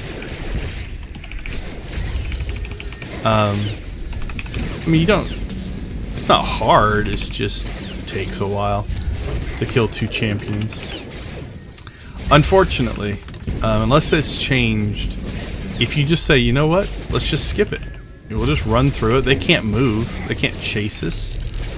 I don't know what their range is, but the final fight takes place right over there. So I don't know that they can necessarily shoot you. But that being said, they don't drop aggro. So you'll stay in aggro for the rest of the Flashpoint, which is just a pain. So most groups I've ever run in, we do go ahead and kill them. And again, with 4 players, they're a lot quicker to kill. Alright, we'll wrap this one up, and then we'll move on to his buddy here. And the same thing, I'm using my defensive as bonus damage. I could even be using my, I've got this adrenal that I hardly ever use up here. These are the bioengineered ones that are reusable. So it's kind of nice, you don't ever have to buy new ones. Oh, this timing isn't bad. We should kill him about the time the bridge is ready anyway. So I didn't count them, how many bridge cycles it took us to kill those guys. This is Battlelord Prashan to all personnel. Rally to Section 0. We fight for our home. Alright, so same thing. I speedered there. Now with a melee companion, that it's not as big of a deal. But a ranged companion will sometimes stand on that bridge and attack. And then if the bridge falls away, they fall to their death. The other advantage of playing with real players, most of the time they don't do stuff like that. On occasion. I think the only time that I've ever died on the bridge is just when we get there and it's already red and we're like, can we make it? Let's try. And we try to shoot across and it falls out from underneath you. But that's your own fault. Alright, cool. He moved a little closer. Good job, little buddy. Now we can get the circle on all of you. So much more efficient that way.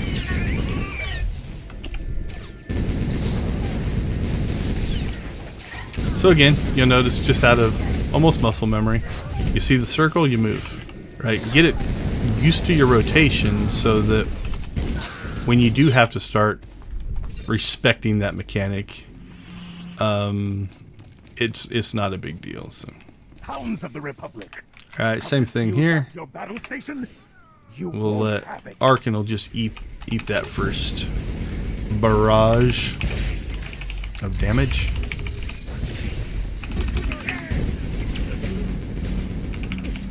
Here come reinforcements. Is in your blood. Again, we'll just let those stack up here.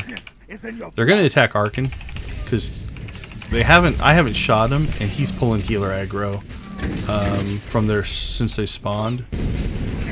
So we will pull. Now the nice part about this setup is I can area attack him down, and that also goes to the boss, right? The Krishan there is also taking that damage, so it's relatively efficient damage. Is in your blood. And again, I know I'm violating my own rule of not moving out of that sweeping gunfire, but I'm doing that because in this case it's just so much faster to not have to deal with it. We lost a guy. There should have been 2 of them. Don't know where the second one went. That's weird. They usually spawn in pairs, so. Your weakness is in your blood. So again, in this case, I'm just doing that. I also noticed that I put myself over here because his knockback doesn't knock me back. I just knock into this terminal here. If I was over here, I would get knocked back. Also, Arkin could get himself knocked off. I want him getting knocked back towards the center there, just so that there's no chance of him actually getting knocked off. Sometimes if you get yourself crooked, you can get knocked off the sides here, and you'll fall to your death. Supreme War Master. Here we go. Oh, yep, we got one more spawn. Yeah, I still got the three analysis modules, so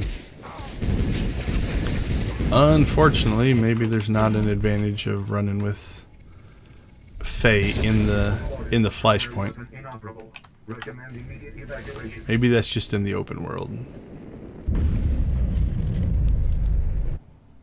Alright, 3 down. What are we at? 11:30. Well, with all the explanation and stuff we did at the beginning, I think we got all 3 of those done within an hour. I'm not 100% sure what time we started the first one, but seems reasonable.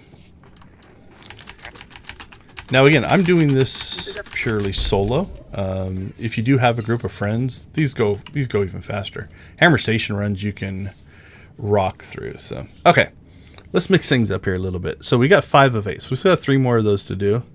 But we do have this one called the Gravestone. Complete Chapter 4, the Gravestone of Knights of the Fallen Empire on veteran difficulty or harder. Now, just as a courtesy warning, Knights of the Fallen, is it Shift I? Let's close that. Shift I, Control I. I don't remember. There's a hotkey for the chapters. Shift E. Try to get used to that. Okay, so these are 2 storylines. The Fallen Empire, Knights of the Fallen Empire, has, is it 16 chapters? Yeah, 16 chapters, and then that bonus thing. Then you've got Knights of the Eternal Throne, which has 9 chapters. These are stories. So I'm going to just do chapter 4. If you haven't done this content and you don't want the story ruined, don't watch. I can't tell you exactly how long it's going to take. So, you know, as horrible as that sounds to tell people not to watch my stream, I also don't want to ruin any content for anybody. So if you are looking to do these down the road and you don't want to see it, just know that that's what I'm going to be doing next, is we're going to run this thing. Also, I think,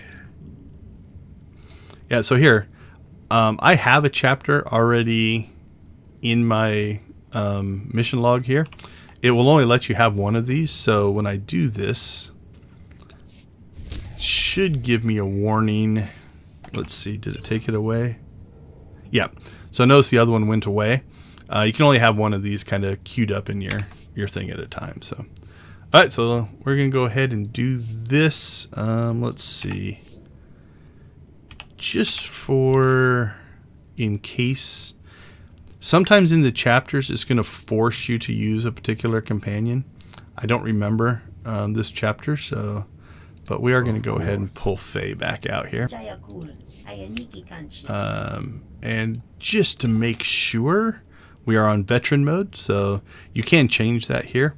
I think it resets the mission, but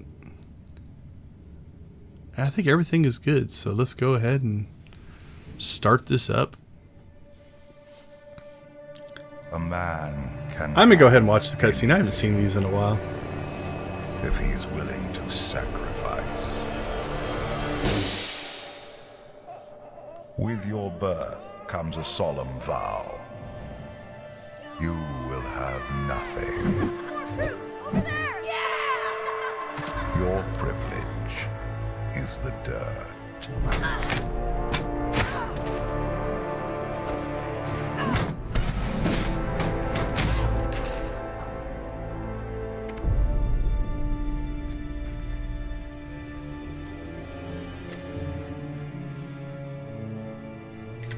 In the darkness, only ambition Kind of looks like guide you. Luke and Ben's lightsaber a little bit. The emitter in the main part did. The oaths you swear, the promises you make, they are yours alone.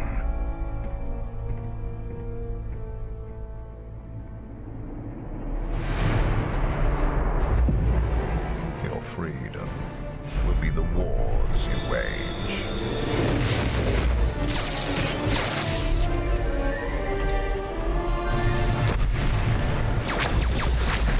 Your birthright, the losses you suffer.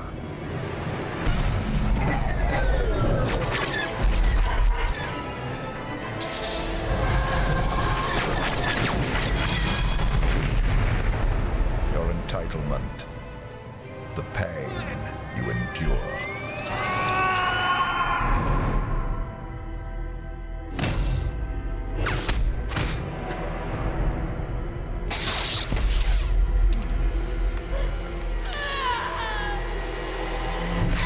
And when darkness finds you, you will face it alone.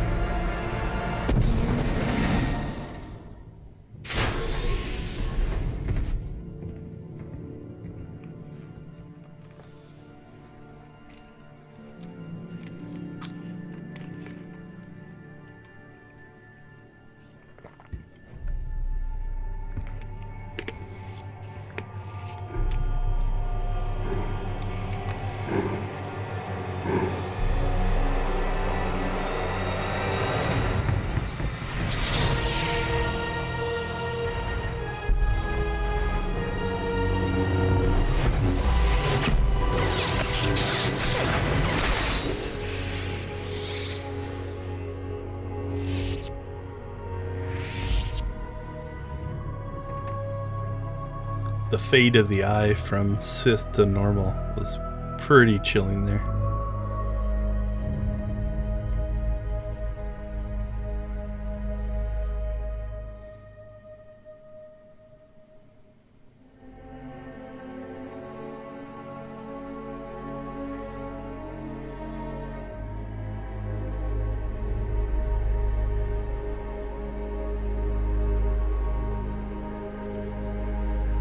Come with me, son.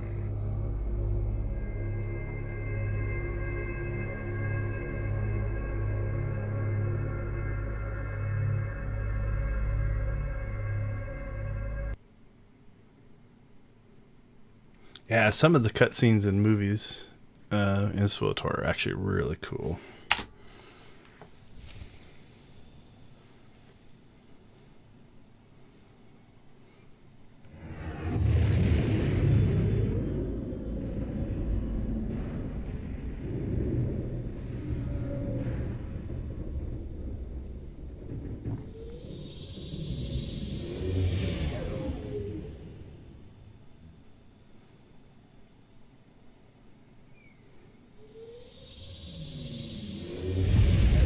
Get those fires out! Did you think to take any extinguishers when you stole this ship? Flashpoints, Outlander! You're up. See what you can do with this thing.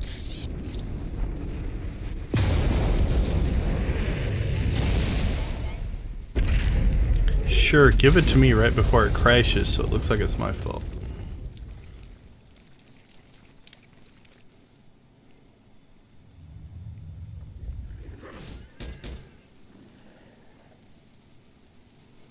That's 2 more shuttles you owe me. You didn't even own this one. It really shouldn't count. It was mine when it crashed. It counts. Alright, so we are back to story missions here and conversations. Not sure I'm going to explore a lot of these since I've already played through it, so we'll try to keep it as this character is a trooper. He's relatively pro-Republic, but also very light side. Do we know anything about this swamp? Not much to it. Barely populated. Some old ruins scattered around. The usual grumpy wildlife you'd expect.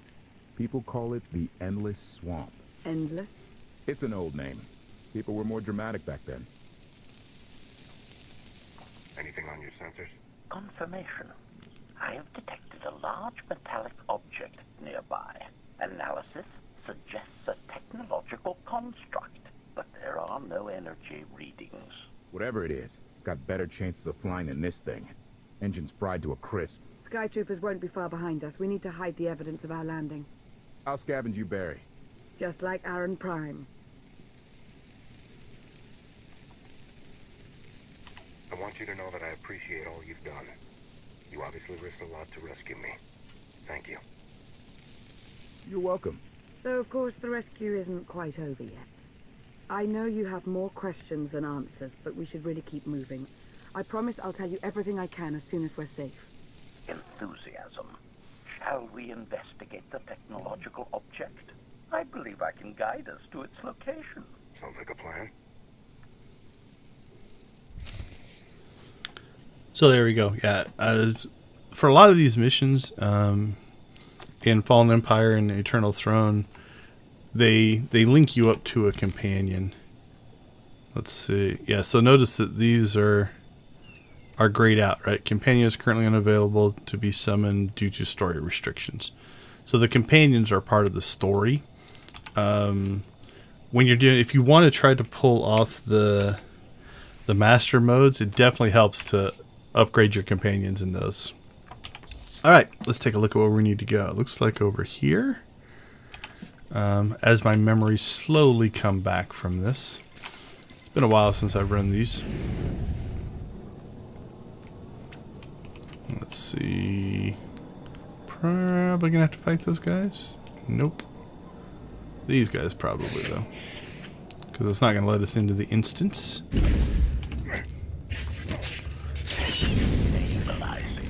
Let's see. HK is on heals.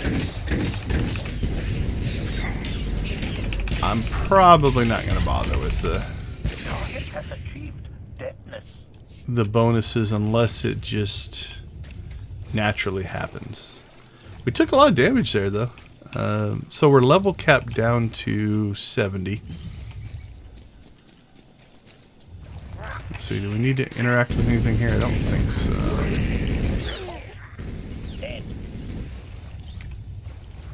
Dead.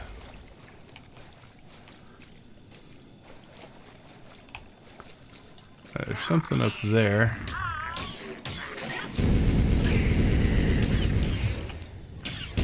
Alright, let's investigate the technological object.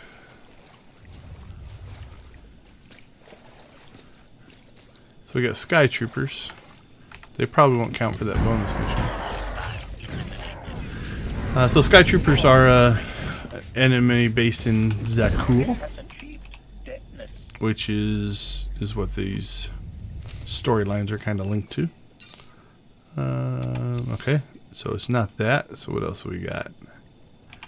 Keep investigating. Oops, we're going the wrong way. Alright, we're definitely going to avoid that one, but let's see, we'll pull that group.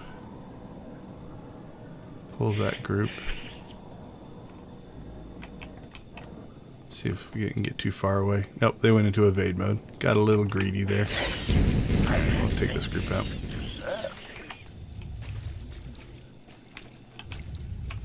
More Sky Troopers. These environments are cool, but they kind of play havoc with your camera a little bit because you got like these trees and you have to go underneath the roots and such. So running a tighter camera, you know, down here closer in this area might be a little bit easier. All right, keep working our way towards the other purple thingy or whatever.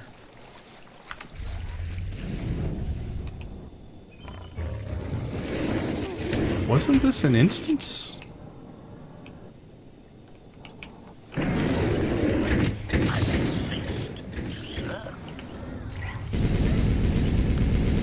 I thought it was, but maybe it's not. Maybe it was just a... Sometimes you'll get like a green hue to stuff.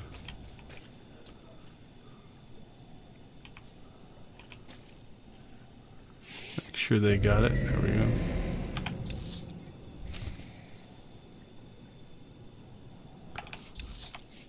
Huh. I thought I saw green at that door. Maybe we left an instance. That might be what it was. Okay. So this is probably an instance. And we went back to the open world. This is probably the open world. Or did we...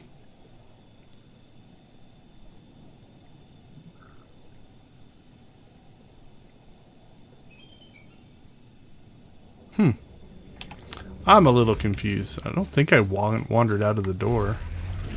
But did I? Alright, there's the instance.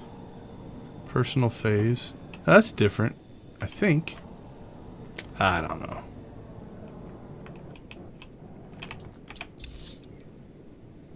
Yeah, this feels different. Okay, I'm not sure. Let's just keep moving. Investigate technical object. Alright, that's probably enough people to chase us.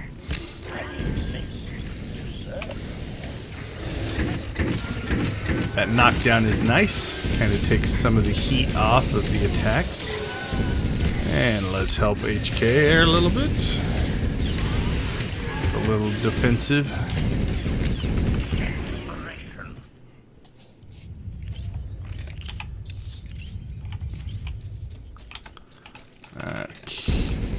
Looks like we have to fight this guy. Defeat Swamp Rancor, yeah. So really, for the chapter missions, the biggest difference, or the difference between the story, the veteran, and the master is it's just difficulty. When you're working your way through on master, every trash pull is almost like a Flashpoint boss battle. They're pretty nasty. Admiration. It is a great pleasure to witness your skills firsthand, Master. Master? Clarification. Master Benico altered my programming before we secured your release. I am to serve you with the same unexcelled loyalty with which I serve her. In fact, your survival is now my highest priority. I'm no more important than Lana or Koth. Don't prioritize me above them. Concession. I will alter my prioritization as you request, Master. Gossip. You are just as selfless as I had been led to believe. Resumption. Shall we continue? I like gossip.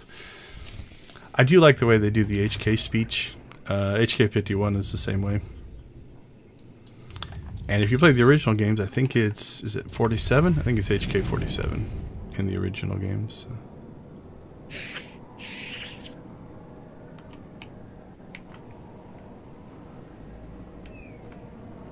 Alright, we'll see how far these guys chase us. We are now in an instance, so sometimes they don't give up. So we'll see how far of a chain we get going here.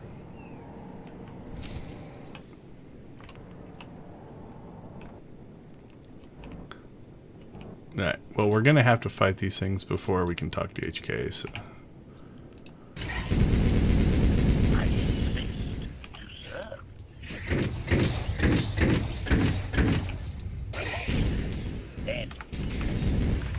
The nice part is because we did chain them together and we fell off the cliff, they have to get to us, so we can just kind of fight them as they come in.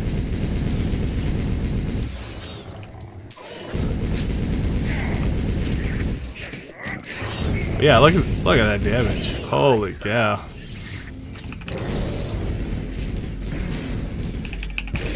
So yeah, we were just running veteran mode Flashpoints and didn't have near that kind of trouble.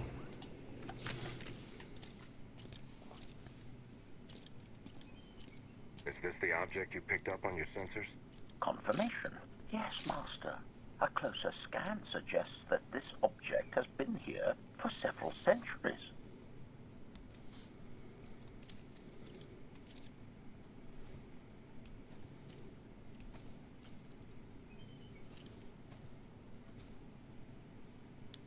What could it be?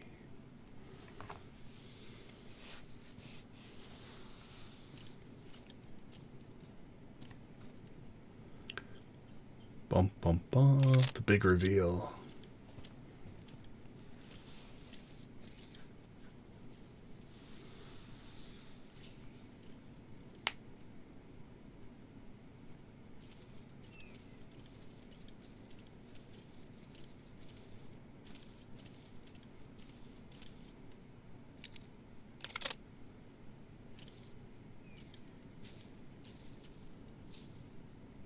Centuries?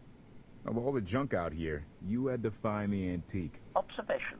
Visible design elements do not match any from Zakulan culture, antique or modern. Not from Zakul. Could it be?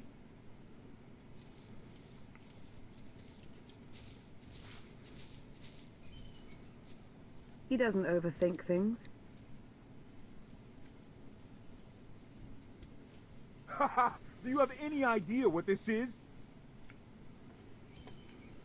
A useless scrap pile, sorry. Good call. I see a few good spots for weapons. Some kind of combat frigate, I guess. This is the Gravestone. This was the only ship that ever went up against the Eternal Fleet and won. Do you have any idea how long people have been looking for this thing? And we just happened to stumble upon it. You said this ship went up against the Eternal Fleet and won. But it's rusting in a swamp while the fleet is still around. The fleet is even older than Valkyria. Maybe even older than Zakul. The battles happened centuries ago. Nobody knows the details of the whole war. But every story talks about the Gravestone. One ship with the firepower to take on the Eternal Fleet. This is fate. We get your Outlander. Find exactly the weapon we need. We're going to win this thing, Lana. It's destiny. It's certainly no coincidence, but destiny? I think there's something else going on here. Do you think this is some kind of setup? No, not exactly. I can't quite put my finger on it. Let's have a look inside, huh? Assessment. Nearby signs of animal activity suggest local predators may be using this wreck as a nesting ground. Caution is advised. We'll split up, deal with any wildlife, then regroup to plan our next move. If I remember right, I hope so. There's like a cool montage in this one. We'll see. I don't know if it's in this one or the next one, but...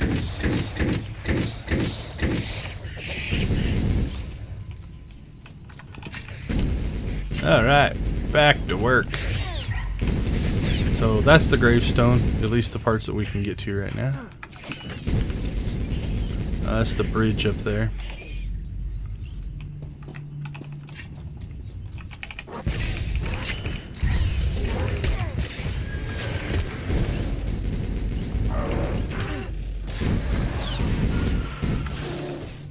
Devour.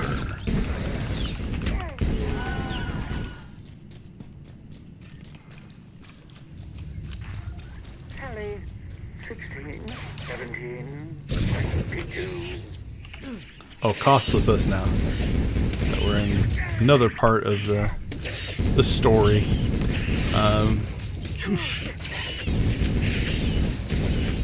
Man. You just see, these are normals. Look how much damage that we took there.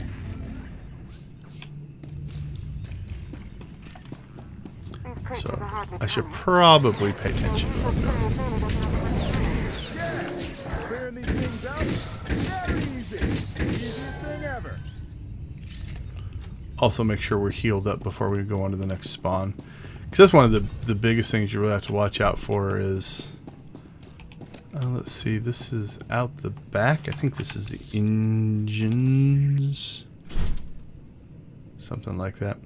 But one of the biggest things you got to watch out for is as you run from spawn to spawn. Ugh, I'm stuck. Are we disconnecting or am I just stuck? I think we're just stuck. So we'll use the /stuck command. There we go. So, you know, as for story mode stuff, it's often common. You fight, you move to the next, you fight, you move to the next. But if you're taking this much damage, jeez, I did pick veteran mode, right? All right, that was just silly. Yeah. Anyway, what I was saying while I wasn't paying attention as I died is, you know, as you go from spawn to spawn, if you take a bunch of damage, you're not healed back up, and you attack the next spawn, you can get yourself into a little bit of trouble. And evidently, if you don't even pay attention, you can still get yourself into trouble. Heal up. I wonder what it costs. I don't know what level I've got KOTFE at.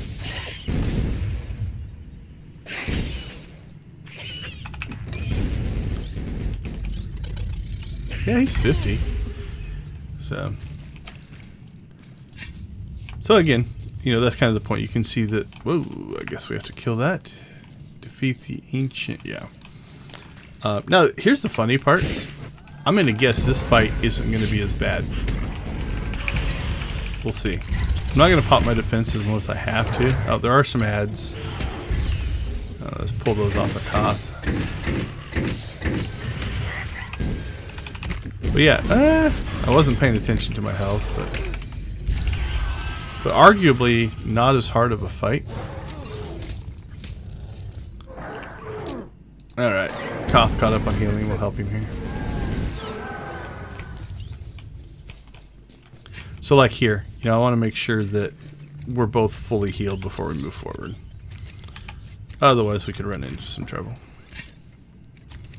But they definitely ramp up the difficulty of these in story. It's kind of like open world stuff. It's all you kill trash, you don't think about it.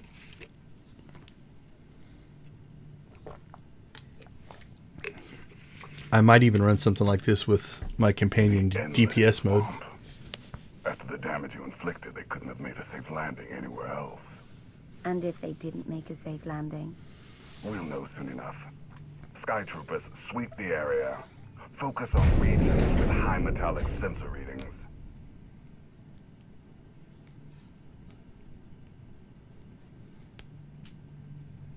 I oversaw security in the Carbonite prison. I humbly submit myself to answer for this failure.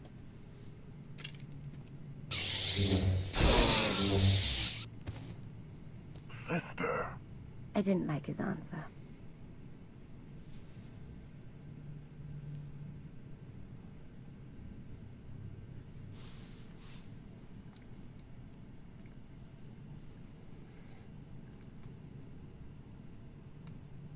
So this ship has been here for 1,000 years?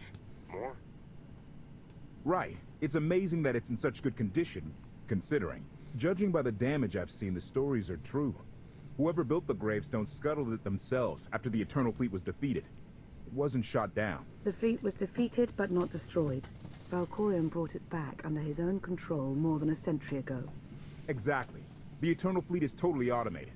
Nobody knows who first built it, and every theory is crazier than the last. Renegades left behind after a successful droid revolution. Representatives of an entire race of droids from somewhere beyond the edge of... Well, there's a disconnect. During the cutscene. How inconvenient. So if you've been on my streams before, a problem that I have that I'm not sure if it affects everybody, although I've had it on multiple computers and multiple accounts, is every couple of hours it just kicks me back to the server select screen. So it's not even to the character select screen. It's almost like it's detecting me not being active, and I'm not 100% sure why. It happens whether I'm running streaming software or not. So, you know, it's not like it's an OBS issue or something like that. But so we're either going to have to watch that cutscene again, or just miss it. All right, we'll see if we can skip parts of it. All right, we saw Arkin. Skip this part. I didn't like it. Skip that part. So I'm just hitting spacebar to skip past the parts we've seen. Came from the Eternal Fleet is practically unstoppable, and Arkin controls every single ship from the throne. If Valkorion has had this unstoppable fleet for more than a century, why didn't he use it to help the Sith Empire defeat the Republic? We can only theorize. If the war was just part of a ritual to make the Emperor truly immortal, perhaps using the fleet would have interfered somehow. Regardless, we have many other things to discuss. I owe you 5 years' worth of explanations. And I'm gonna need some parts to get this thing moving again. Locating supplies and fresh water would also be wise.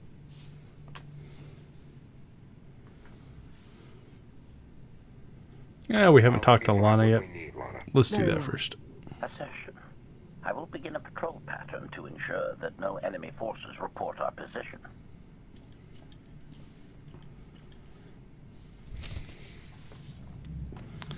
Alright.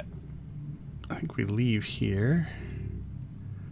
And yeah, all the way back out to, I think this is the open area. We do have a quick travel to there, but that's a long ways away. I believe... See, we can go this way now, I think. I also think there is like a speeder. Get you back to the entrance. I might be wrong, though. Let's see.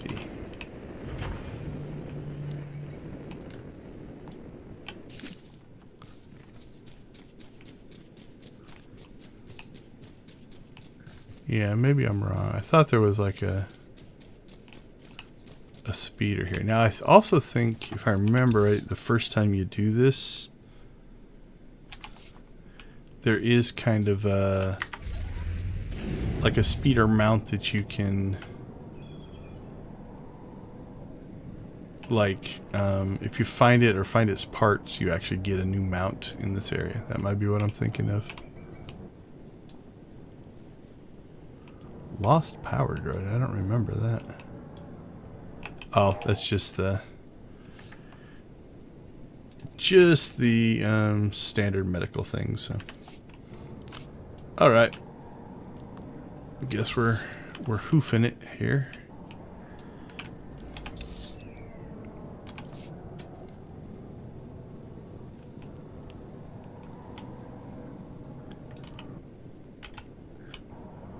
Yeah, I'm not seeing anything. This isn't a huge area, but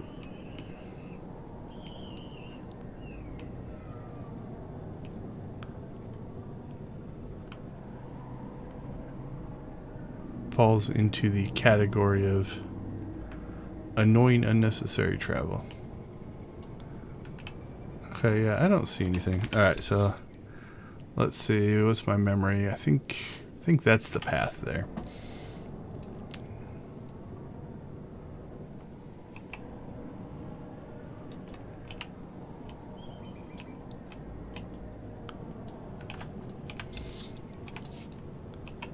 Alright, we'll crank our way out of this area into the next. Yeah, it's where we talked to HK and fought things. So.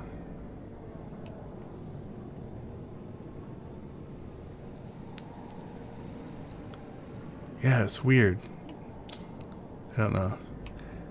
It's one of those moments where you swear you have a memory of something, right? Like, I thought there was essentially a quick travel to take you from the ship to the entrance of the area. That was my memory. But I did not see anything, and there's nothing even on the map, like the little quick travel or not quick travel, the speeder travel icon. So, all right. So anyway, from a story progression standpoint, I kind of like how they do this, where, you know, we started with HK, and HK told us some story stuff. Then we picked up KOTFE for a while. Yeah, that's just a droid. Look around here a little bit. Yeah, I don't see anything on this side either. So, and so, you know, we kind of worked with KOTFE to do the next part. And now we're going to get some story elements from Lana as we collect supplies. This will help. Now, I believe this is open world out here, so the fight shouldn't be as hard.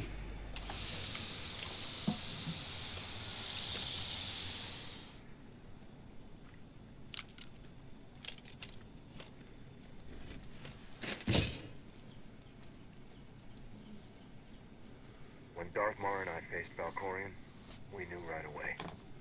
He was the Sith Emperor, Lana. I know. When he was struck down, it released ripples through the Force. Everyone who had felt the Sith Emperor's presence in the past, on Ziost, on Yavin 4, we all sensed what had happened. Arkan invaded soon after, claiming that an outlander had assassinated his father, the immortal Emperor. It didn't take long for us to unravel the truth. Which side did Arkan attack first? Both. Ships from the Eternal Fleet struck at shipyards and rallying points for both sides simultaneously. They favored ambush tactics throughout the war. The Kulan sensor technology has far greater range than our own, and their ships can fly much further on less resources. Only vessels retrofitted with Isotope 5 could manage to outrun them. None could truly compete.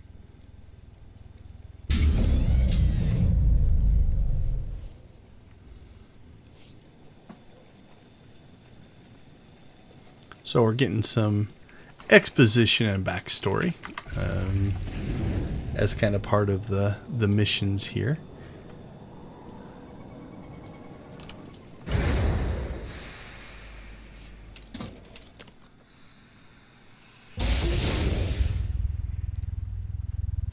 How long did the Republic and the Empire manage to hold out?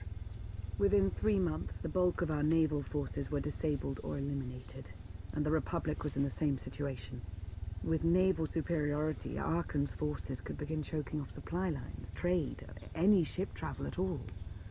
The Eternal Fleet seemed to be everywhere at once. Coruscant and Dromund Kaas were blockaded by the end of the first year. We got to spawn during the conversation. That's pretty funny. Does show you though that the conversation is used in engine, right? Like these guys spawned and we saw them in the cutscene, so it's just being rendered in the engine. It's not a pre-rendered thing, which I think is kind of cool. I like that when games use the engine. It's less, to me, less jarring. If you're watching a cutscene and it's rendered one way, and then you go to gameplay and it's rendered a different way, you notice the difference, right? But in this case, it's seamless between the two. How did it end? The members of the Dark Council fought Arkan's invasion ruthlessly and lost. The Empire's treaty was ultimately negotiated by the Minister of Logistics. Chancellor Suresh also refused to discuss surrender, but the Republic Senate managed to overrule her. A cadre of senators negotiated their own ceasefire terms. All of those senators have since been disgraced or dismissed. I'm sure you can imagine the likely culprit. What about Republic Special Forces? Is Havoc Squad still operational?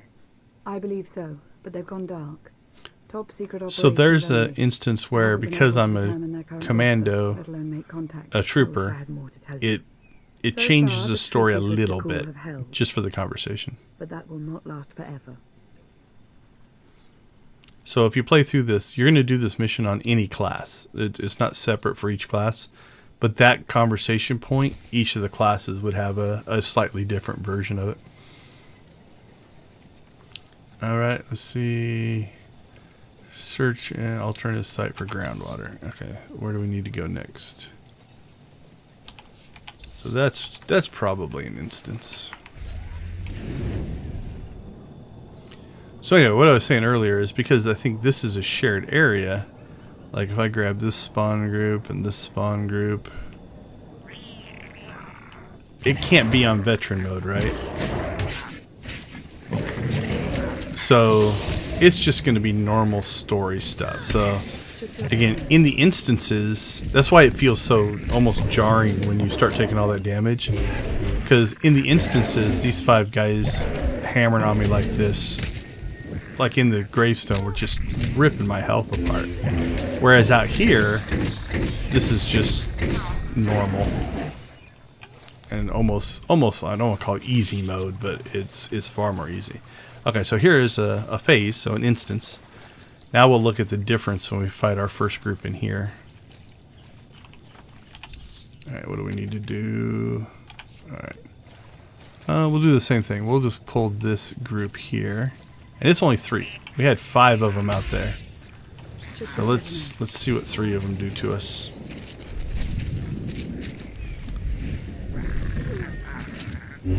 Not too bad. Lana's holding her own, I guess.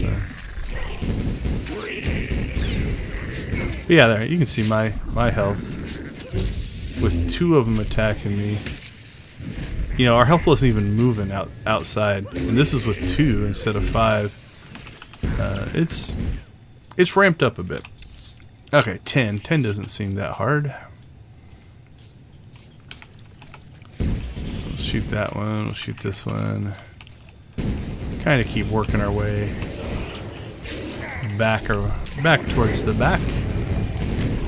Lana just went over and killed that one, I guess, for us. Let's make sure. Yep, she is on heals. Yeah, see, especially with this strong, you just look at the amount of damage that it output compared to stuff out in the open world. So, and again, here's where your tendencies, your muscle memory is. Like, I'm just rushing off to fight the next group, right? Didn't even think about healing up. Whereas, so if you're doing this on veteran or master modes, you do want to make sure that you are paying attention, not overextending yourself. We'll actually use our defenses on a trash pull. Doesn't feel right.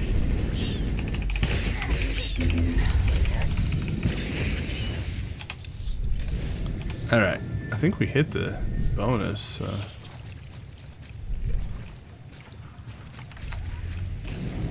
Let's see if we can just skip.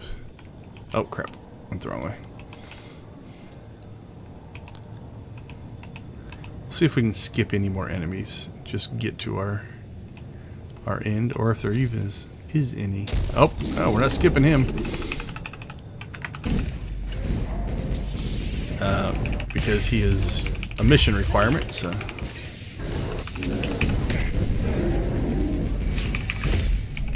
Again, we'll respect the mechanics here a little bit. We will pop our defensive. It does do extra damage, so that's helpful. I think Lana probably could have kept us alive through that. Oh, we got a blue drop off of that. What was it? Oh, blue 320. Nice. I didn't know that they would drop blue gear. So maybe it's a green for story, blue for veteran. I don't know. I can't imagine it would drop purple for the master mode though.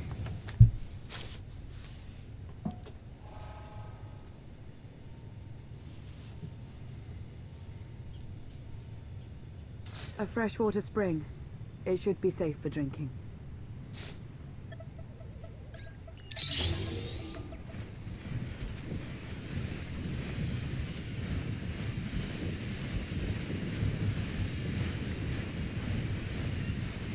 So the Eternal Fleet overwhelmed both the Republic and the Empire.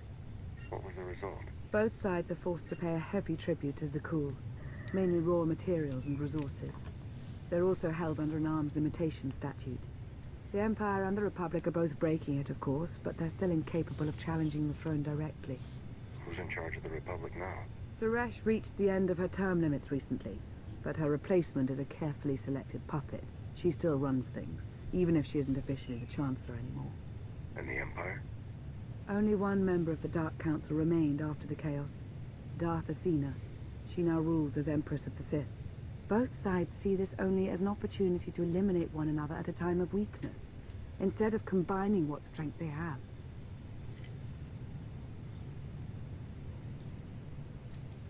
Arkan does nothing to prevent violence between them, so long as their tribute is paid and no one challenges Zakul's superiority. I'm surprised Arkan didn't try to destroy both governments. He obviously had the firepower. I don't think Arkan feels any desire to actually govern our portion of the galaxy. For now, he sees it as a backwater, useful only for resources. Powerful Zakulan battle stations have been placed in orbit around key worlds to watch for possible uprisings. But there are no ongoing planetary occupations. The ships of the Eternal Fleet simply patrol at random, while the tribute paid to Zakul gradually chokes all economic potential. What about my team? My ship? I have allies looking for them as we speak. With all of the chaos of the last few years, though, it will take time to find them all. For now, we make do with ourselves, Koth, and HK.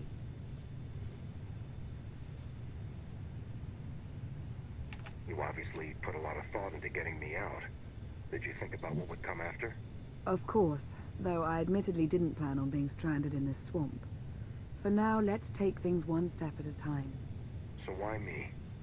You clearly went to a lot of trouble to get me out of Carbonite. Before you were captured, you accomplished things no one else dared to attempt. You changed the galaxy more than once, and if things have ever needed to change, now is the time.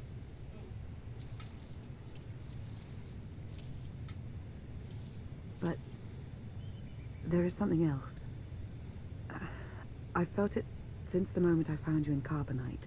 There's a power in you, something new. It's elusive, but I know it's there. I think you're right, Lana. I think the Emperor, Valkorion, is in my mind. What? After he died, there was a storm of energy. I barely even remember being thrown into the carbon freezing chamber. And then, while I was frozen, I saw things. Dreamed about him. About everything that happened while I was gone. It can't be. If he were controlling you, I'd know it. I certainly saw enough of it on Ziost. I don't think he's trying to control me. Not directly, anyway. He was trying to convince me to work with him. Whatever he's doing, we can be sure that he's always trying to deceive us somehow. I believe in you. And I appreciate your honesty. I'll remain watchful for any influence he might have over you. For the time being, though, we have no choice but to proceed. What about the others? They wouldn't understand. And like you said, we really don't know anything for sure yet. Let's keep the matter between us for now.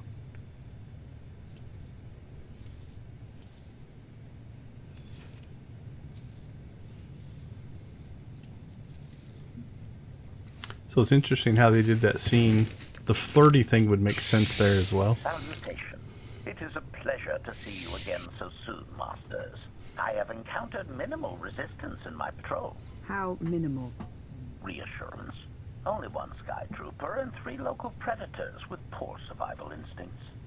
Our position appears to be secure at this time, but I would still advise caution on your return trip, Masters. Keep up the good work, HK. Appreciation. It will be my pleasure to do so, Master.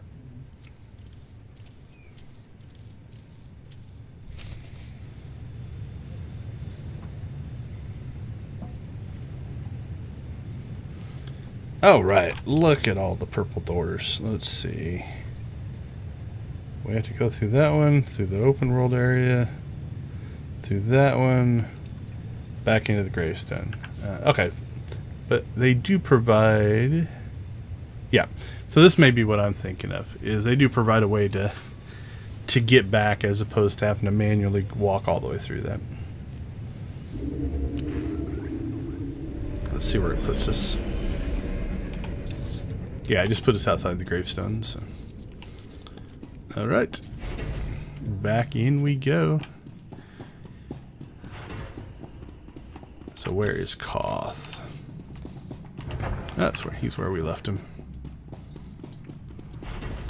Alright, so now I think we do the second part. So you had the do you help Lan or do you help Koth first? I think now we do the second part. So just order you want to do. I think you're still doing both. Did you find something tasty? We definitely found something. Great. I've got a pretty good idea of the parts we'll need. Let's go see what we can find.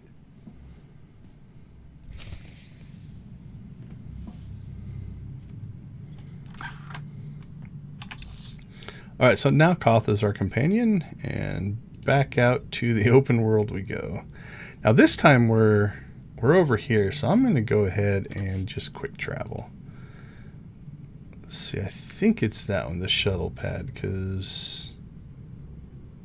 Yeah, that's back in like a city area, so... So this will save us a little bit of just manually driving out of the Gravestone area.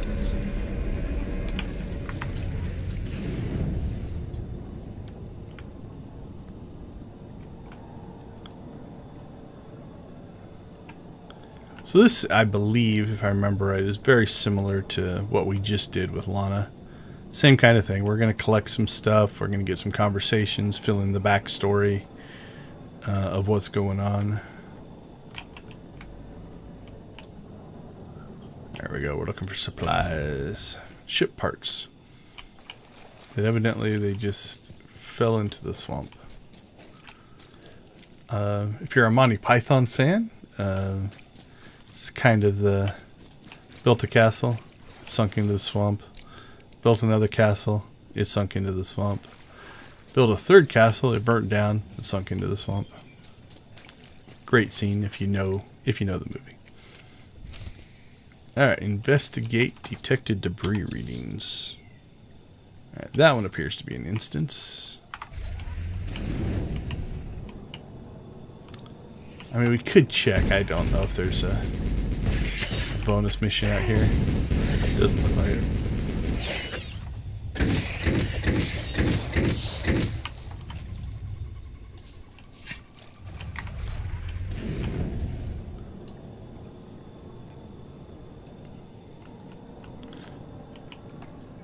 All right. Let's see what we got here. Investigate the detected debris readings. Probably a bonus mission here.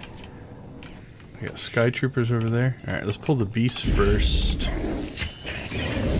Now again, notice the difference. We're back in the instance. Look at that. Those 4 dudes melted my health. So there's your difference between story mode and veteran mode.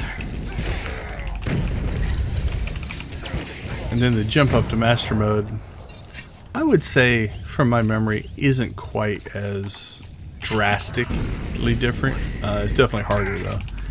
I know a lot of the trash pulls, you end up using a lot of your cooldowns and defensives and stuff. And the boss fights are brutal. They're pretty rough. Alright, I don't see a bonus mission though, so I don't know if we can walk by these guys or not. Nope. I was hoping, but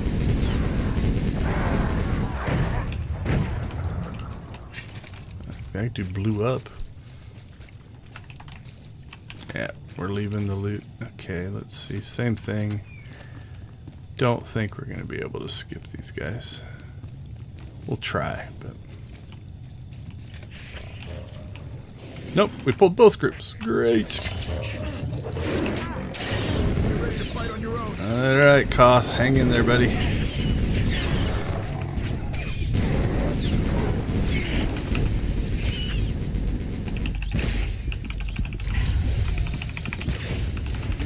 Yeah, his health dropped to probably 10% because he pulled aggro first, which was pretty crazy. All right, hopefully... Okay, just because these are relatively brutal fights, I'm going to clear this trash just in case. Like, if that has a knockback and we get knocked around or something bad happens, I don't want to fight more than we have to. Alright, we got one cooldown, we got a heal. Let's see how bad this fight goes. If there's no ads, it's not too worrisome. Alright, so I walked around this side just in case he has an area frontal attack. That way it costs behind him, so he's not taking extra damage. Yeah, I probably could have got by without the defensive there.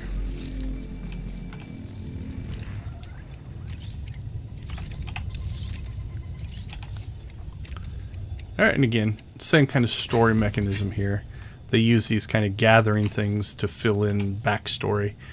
So, Chapter 4, if we kind of look at it, is from the original Fallen Empire. So, again, spoiler warning if you're watching this.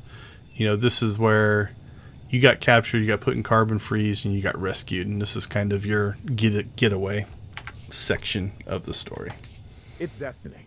I ditch all these parts before we crash. We find the gravestone, and then what do we need to get it flying? Honestly, it's plain as day. Not for Lana, though. For her, it's all just skill and luck and coincidence. I really don't care. We'll go pro Koth. Things always end up going my way. There's really no other explanation. Let's hope that includes taking down Arkin. Lana's told me about all the things you've done. More than once. Half the reason I agreed to this crazy rescue was to see if you were actually real. So, I figure I know all about your past. You deserve to know mine. That's fair. Lana might have told you I was the captain of a warship during Arkin's campaign against the core worlds. My crew and I deserted, but I'm not going to pretend we didn't do our share of damage beforehand. Just thought you should hear it from me. Lana mentioned that you deserted instead of following orders. What was the order? We were holding territory on Denon. Locals rioted and orders were to open fire until they stopped. None of us even wanted to be there. Massacring civilians?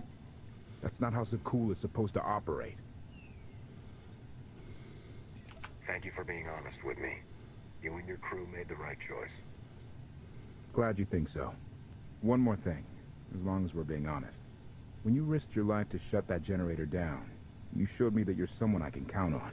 I want to take Arkin down, but we don't have to take down all of Zakul with him. I'm glad to know you understand that too.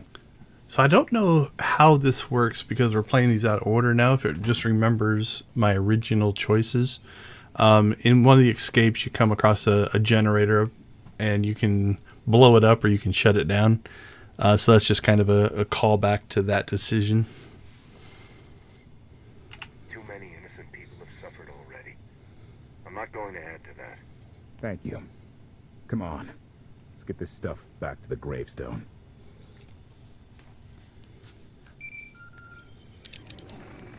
Request. Please rendezvous at my current coordinates at your earliest convenience, Masters. I require assistance. Plastic droid.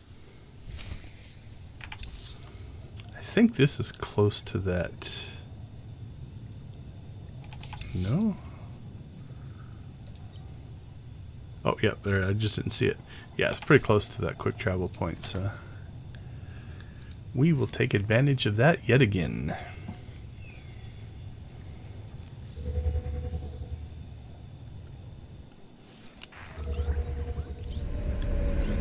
Okay, let's see what's going on. If I remember right, this has a,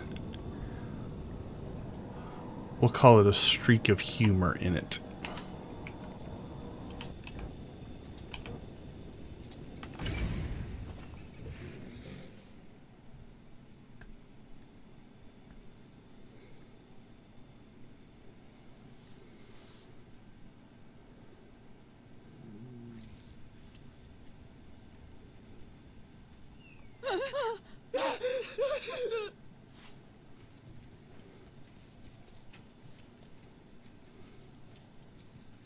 Please, save us.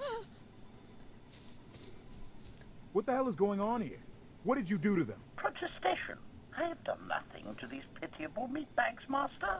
They were merely bystanders when I destroyed a group of sky troopers. They've requested our help in escaping the enemy's notice. Please, we're no danger to you. We were exiled for protesting Emperor Archon's war. We've already lost 2 of our friends. Please, is there anything you can do for us? We're repairing a ship with room for passengers. We can get you out of here.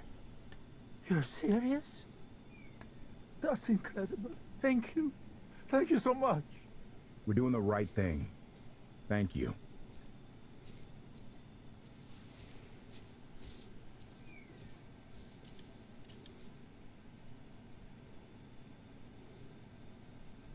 It's quite a bonfire they got going.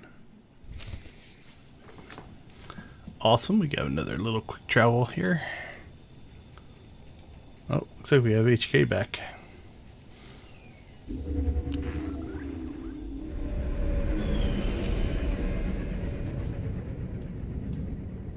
Alright, this might be the montage. If it is, this is, to me, a really, really good moment, so. Let's see.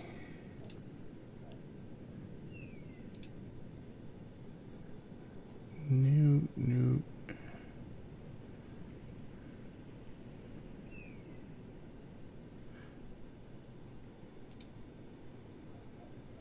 Let's do this. If I turn off.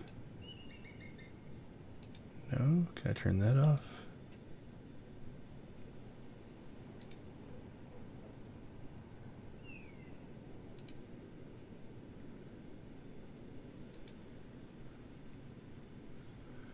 Alright, let's see if this works.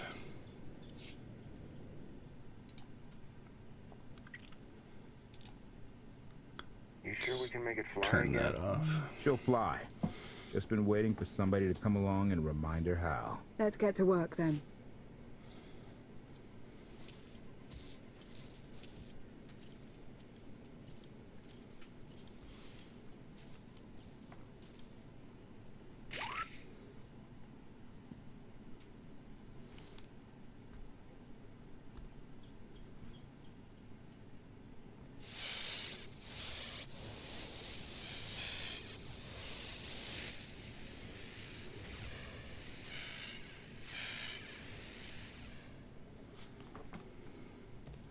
Alright, I'm going to interrupt that because I have music off because it sometimes causes copyright violations, but I think there's a soundtrack to this, so let's try this again.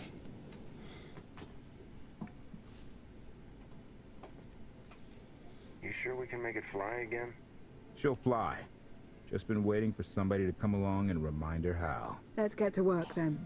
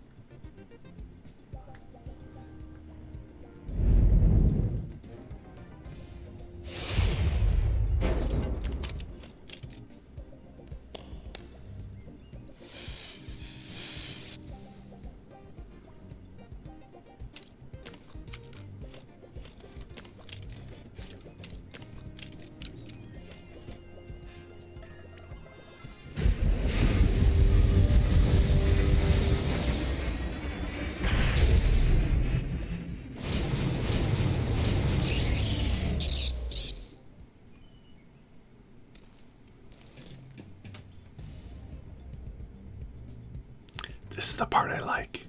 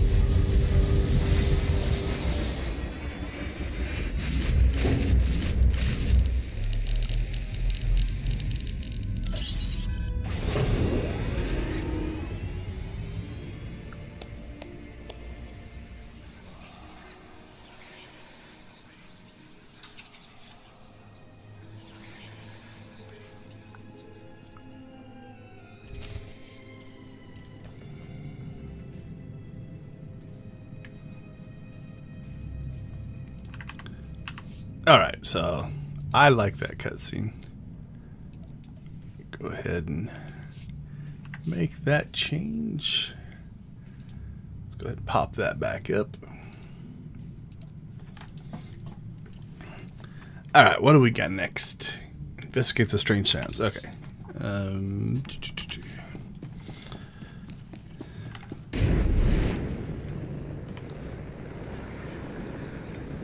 So there is a surprise secret in our Gravestone ship here. You kind of hear it in the background.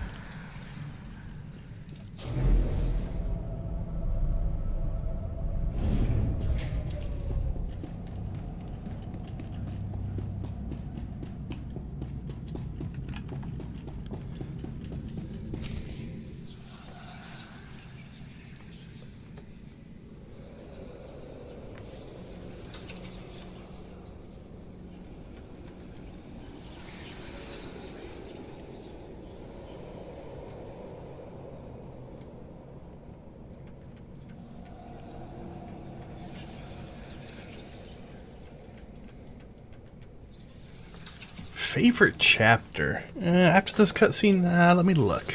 It's been a while since I played them. But let me take a look and see if anything springs to mind. This one's pretty good, but let me look. I take it you have questions.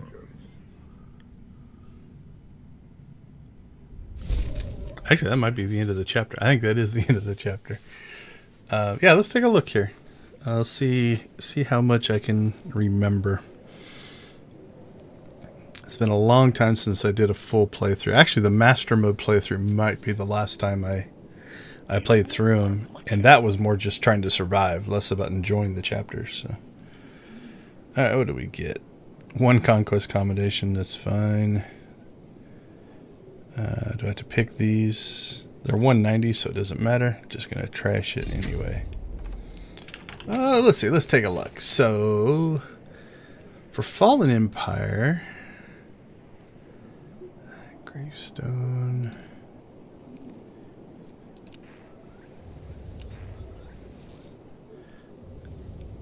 So that's getting the gravestone. And that one's okay. This one's pretty decent. 7 is pretty good. Again, we're in spoiler area here, so I apologize if you don't want to know this kind of stuff. But if I remember right, the Lady of Sorrows is actually Scorpio, if I remember right. Let's see. Yeah, that one's okay. I don't remember. Oh, that one is... what's her face? I can't remember the name of who the character is, but... There is one in here. And I don't remember which one it is. It might be in the next one. Hold on. Profit and Plunder. Yeah, that one's okay. This one's kind of funny. Having Vet and Galt interaction is kind of fun.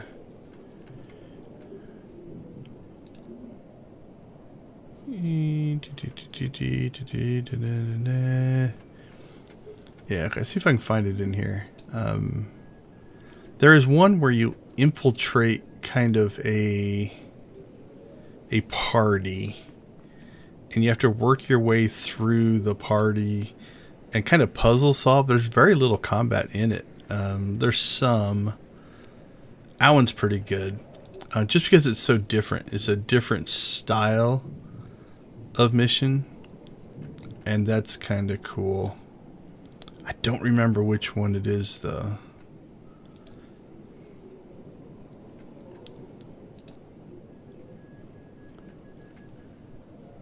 Chapter 6? Okay.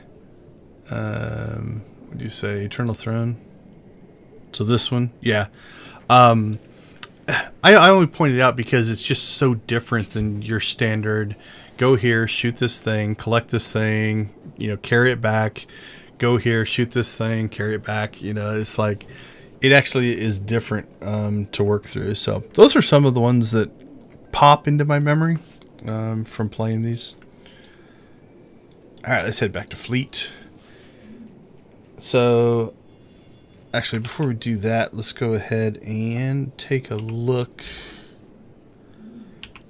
at...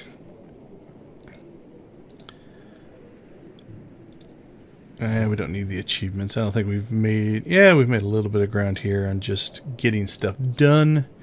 But the weeklies, we're up to 5 out of 7 now. So that one knocked out the Gravestone. So it gave us 12 more season points. So that's a level and a half. So 8 and 4. 15 analysis. Where are we at on our analysis stuff? Up to 76. Hopefully we can get closer. I'm trying to get to 100. And I'm going to buy some of the reputation items. Okay, so where we are there then is we still need 2. And we're going to go ahead and knock out these flashpoint ones. The cool part is one flashpoint counts for both of them. So let's head back to Fleet, and we'll jump into some Hammer Station stuff. The Dragon's Maw one? Yeah, it's like I said, I appreciate thinking outside the box a little bit, doing something that is not just your, not that the other ones aren't fine. Like even that one we just did, where we're going out and collecting things like you do in a lot of missions, but they linked each collection points to telling part of the backstory because you've kind of just woken up from carbon freeze. I appreciate that as well. I do get a little, I don't want to say bored, but it sometimes gets old where it's like, what's your mission? Your mission is to go kill 14 rebels. It's like, great. Then what's your next mission? Now it's to go and kill 18 of them. Okay, what's your next mission? And you end up doing the same kind of stuff over and over. But I do like that they also oftentimes put that in the bonus missions. So you can kind of optionally do those. That's not too bad. Alright, back down to the dropship hangar. Who's our companion right now? HK. So let's go ahead and we'll switch back to Arkin. You have a plan? I do have a plan. The plan is to do 3 more hammer stations.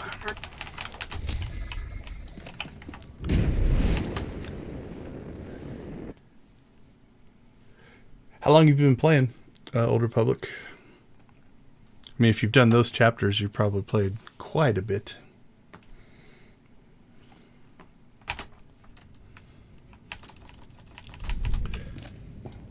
Alright, so now we gotta get our mindset back into a little power gamer mode.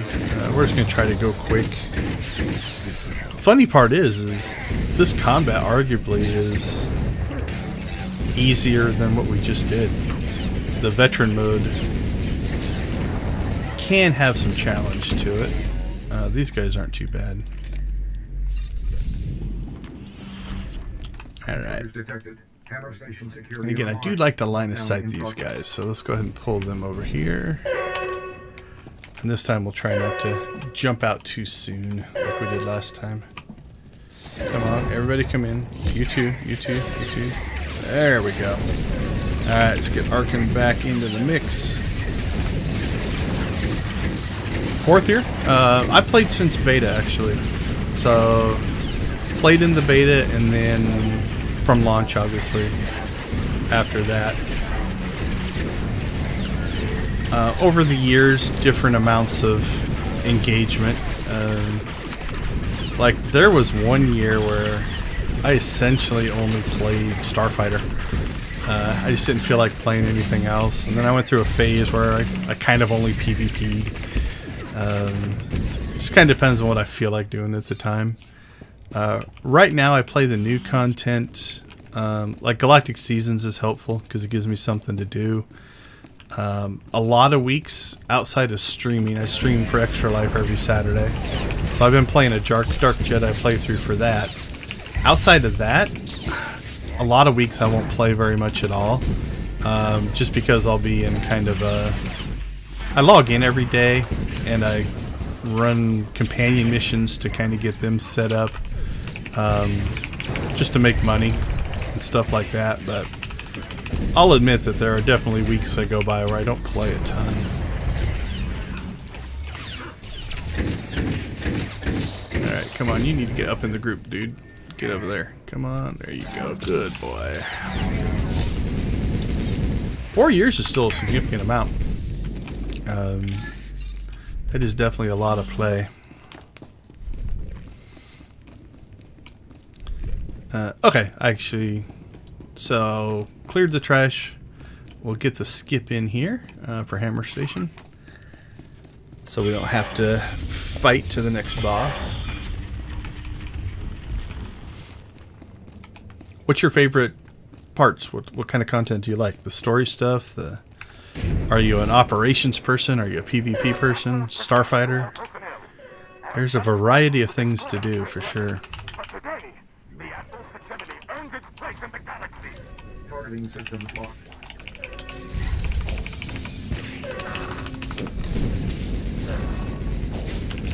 Okay, so we did the skip. We're now on the first boss. Same kind of rinse and repeat. So if you've watched the whole stream, at this point we've run Hammer Station 3 times. Basically, in veteran mode, very soloable for a geared character. Probably soloable for most characters. I do like my commando. My commandos are mercenaries. We have so many defensives. We're wearing heavy armor. We're ranged. There's a lot I like about that. Although I do like playing my lightning sork as well. So we're popping our defenses here. Not really because we need it. Mostly because I want to reflect the extra damage just to make him die faster.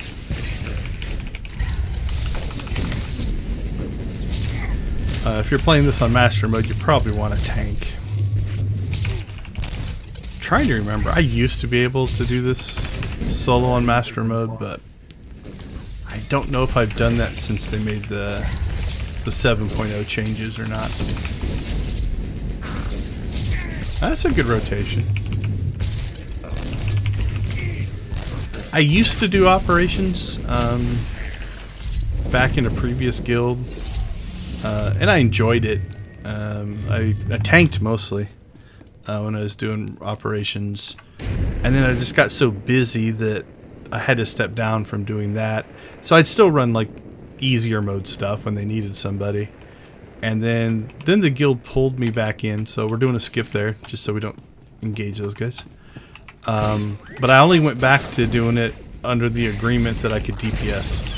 I didn't want to run the operations. I didn't want to be a raid leader or anything. And so I did them that way for a while. But I haven't done regular operations in quite a while.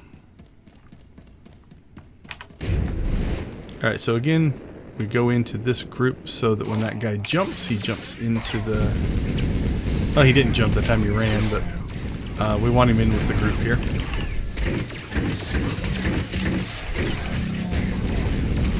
I probably, honestly, anymore, I play solo. Or with my kids, if my kids are looking to play. That tends to be where I play these days. Oh, they're rough. They're rough in Master Mode. I was able to get through all of it solo. There was one fight. You're like down in a cave, and you get attacked by, I can't remember, some Imperial guys or something like that. I tried that thing for hours and hours and hours, and I'd get close to pulling it off, but I never was able to do it. Like, you almost had to have like a flawless run in order to pull it off, and I think it was probably doable, but I finally got so frustrated with it that I had somebody come in and help me. I brought a pocket healer in with me, and she was able to keep me alive, and I got past that one. So that's the only one I didn't complete solo in Master Mode. But yeah, many of the Master Modes are very brutal. Like even a trash fight, like to get through just trash that's a couple of, you know, your strongs and things, you're popping defensive cooldowns, and you're hanging on for survival, so it's pretty crazy. Operatives are good. Do you play the dot spec?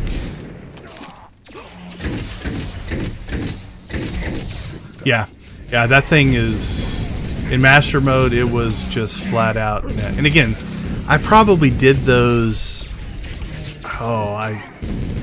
Conservatively a few years ago. I mean, it's been a long time, so I don't know what it would be like now with all the changes that have been made since then. I mean, level caps have even changed since I did it, so I don't know for sure what the results would be these days. If it'd be easier or harder. Can't say. The other ones, there were definitely some difficult ones in there, but the other ones I was able to get through, but that one was just nasty. And I got close a few times, but just was never able to do it.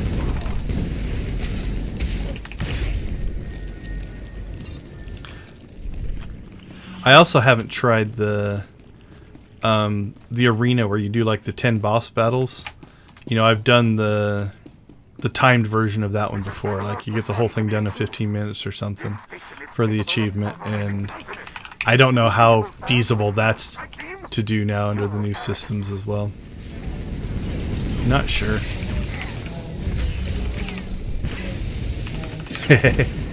I have healers, but I would not ever go into group content with them relying on me to be the healer.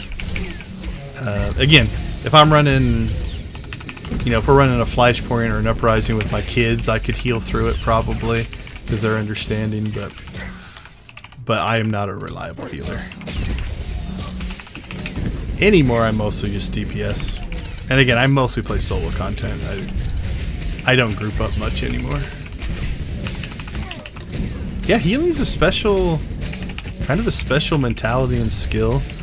Where I get in trouble is my brain wants to DPS, and so I'll be like, well, I'll just do a little DPS, and then all of a sudden people are dying because I'm not healing them.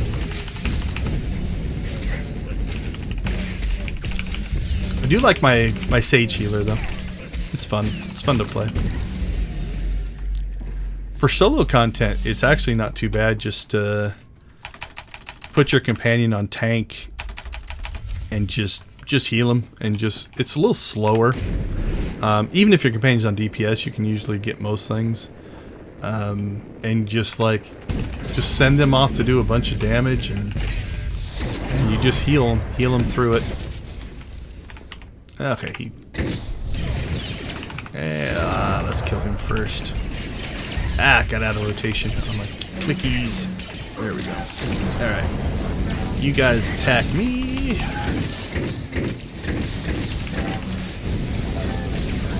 But yeah, I don't know. If I had to pick, I have a fondness for tanking.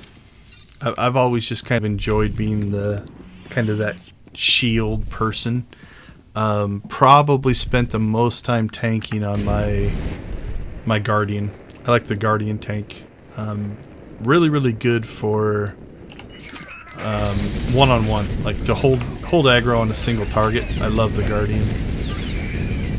I like my Trooper Vanguard tank, and they're a little bit better at crowd control tanking. So if you've got to pull a bunch of ads and stuff like that, it's not too bad. But I definitely like my Jedi Guardian.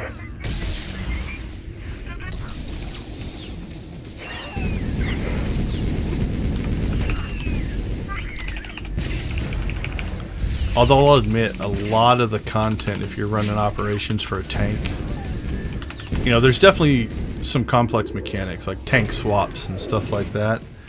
But a lot of tanking content is pretty boring. You just kind of stand there and stare at the crotch of a big monster and hold its aggro for a while.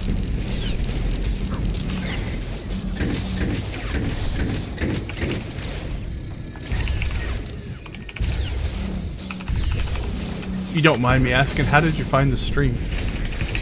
Always curious at how people stumble across my little tiny corner of YouTube here. Yeah, Juggernaut's the same as the Guardian. Yeah, I like him. My youngest boy likes to play Imp side, so we went through him and I two-manned all of the Master Mode Flashpoints just for something fun to do, and I used my Juggernaut tank for that. I think he was an operative DPS. My Juggernaut tank, and then obviously our two companions, and we kind of worked our way through all the Master Mode Flashpoints just to see if we could do it. Half my play, I think, sometimes turns into that. I wonder if I can do this thing that I may or may not be supposed to do.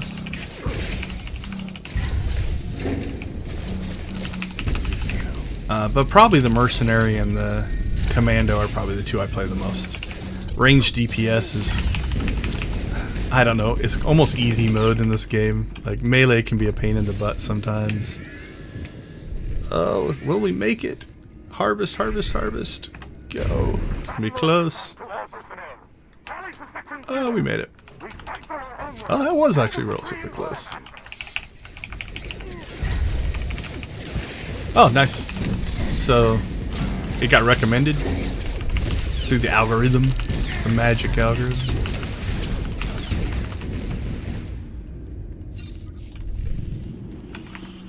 Well, I'm glad you found me. Always love talking SWTOR.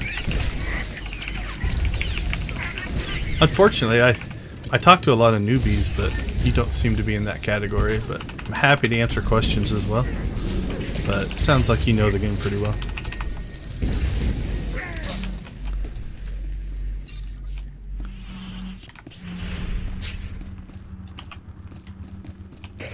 I've stumbled across like different groups I follow, SWTOR groups like on Facebook and stuff, and they're like, I joined this stream and asked a question and they got mad at me. I'm just like, why?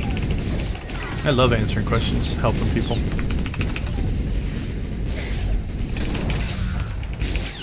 Sentinel and Operative, yeah. Those can be fun. Yeah, it's funny, back in the Star Wars Galaxies, they even had like a flag that you could designate your character as a helper. So when people needed help, they could search for that flag and you could help them. Your weakness is in your blood. Not sure if I would turn that on here. Like, when I was playing back there, there'd definitely be times where I just wanted to play and be left alone, so I turn it off. But there are definitely times where I don't mind helping. Now, I will admit, in Old Republic, if I'm like running like an Oricon daily or running through CZ or something like that, especially Oricon, you know, if somebody's like, I need help with this, I hesitate. It's like, oh man, I can just do it by myself faster. But there is, on Oricon, that beast in the north, that cave in the north. People have trouble with that all the time. So if I see somebody struggling with that, I'll often help them. Just because that one can be tough if you don't know how to get past it. The key is the interrupt. As long as you interrupt it, it's not too hard. But if you don't, it just heals itself so fast that it is a giant pain in the butt. Your weakness is in your blood.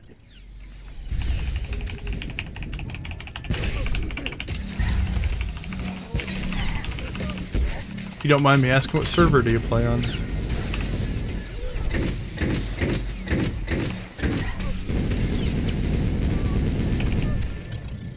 And did you play before the server merge, or did you play after the server merge, or start after?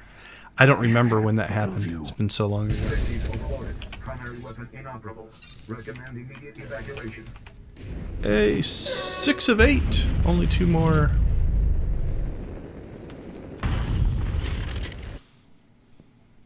Starforge. Yeah, a lot of people. Some of the popular servers were merged onto Starforge. I'm on Satil Shan because I played on Bedger and Colony before, and that's where we got merged into. And so it's just kind of where we stayed. It was one of those things. It's like, yeah, if you're just... I'm not going to transfer all of my characters to another server. Back in the old days, well, I mean, the really, really old days, the servers were designated by style. There were like PvP servers, PvE servers, and even role-playing servers. And they were also West Coast, East Coast. I mean, I think at launch there were like 20 or 30 servers. It was crazy. And I joined one server with a group. We pre-made a guild and stuff like that. And I still have the original character. He's only level 11. But it was my first character I ever made. But that group kind of fell apart. So then I moved over to somebody else I knew was playing on Bedger and Colony. And it was the West Coast PvE role-playing server. And it's kind of funny because I'm not a huge role player, so I hardly ever role-played on it. But in general, and again, you're talking about people, so people can always be different. But in general, it was just a nicer group of people because they tended to be more social role-playing people as opposed to hardcore game mechanic people. And so I kind of stuck there. I'm like, yeah, I kind of like the vibe here. So I played on the roleplay server for a long time. And then we got merged into Satil Shan. That's a bad spread. Alright. See if I can get them all close enough here. Yeah, we should be able to pull that out. So I think I have a character or 2 on Starforge, but it was not enough to consider I played there.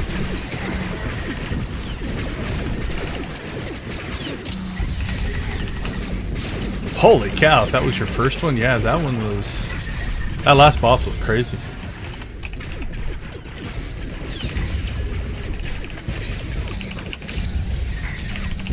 That's definitely trial by fire. There's definitely some easier operations out there than that particular beast.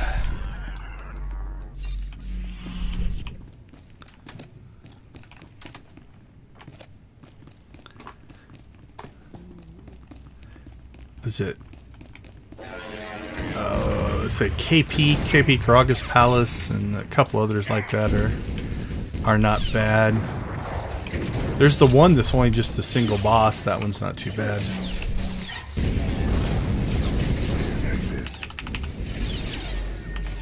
Alright, let's see. We need to clear some normals here. Alright, let's get you guys grouped up.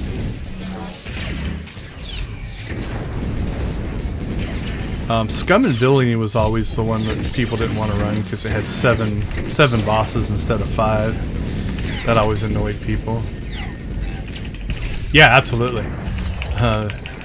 That was a rough start for sure. Most of the people that are running that had run many operations before that.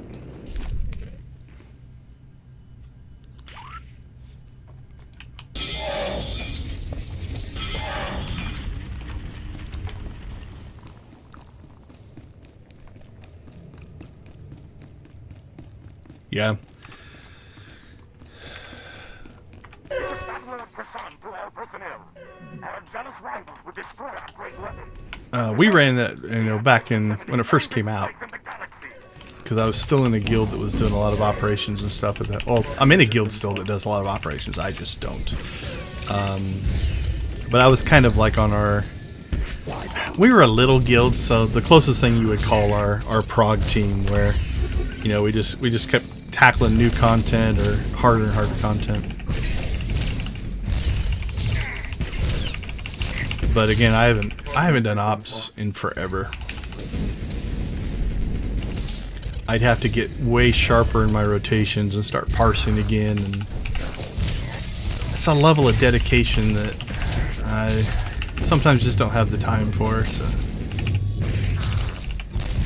So solo content for me. Targeting systems locked.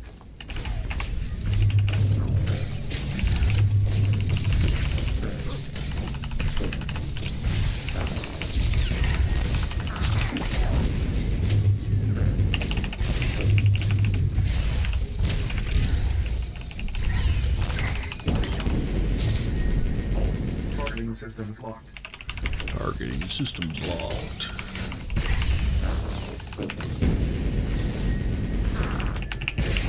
Ten, 8, 7, 6, 4, 3, 2, 1.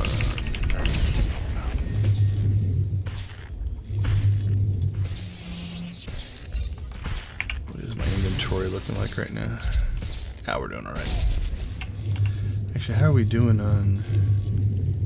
Oh, we're up to 79. We might hit the 100. I'm hoping to get 100. And then go buy some reputation items and see how that's working. Alright, as always, we'll skip these guys if I don't screw it up. Beautiful. Alright, I'll try this again. See if I can do DPS fast enough.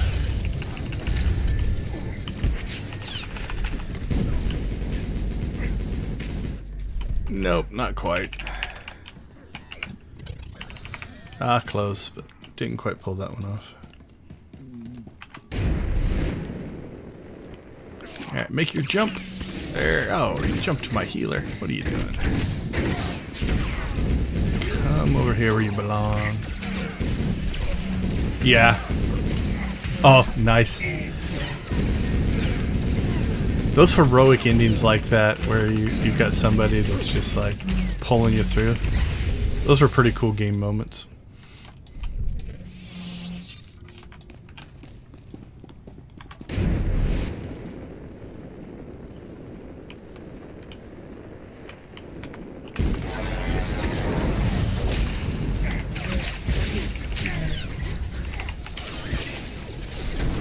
Yeah, but some of that contact can get pretty brutal.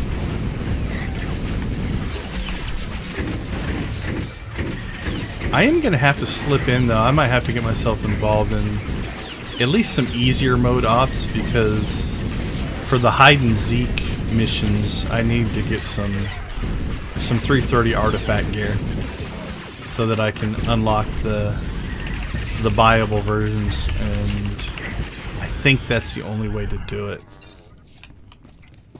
So I may have to dig back into the operations mode.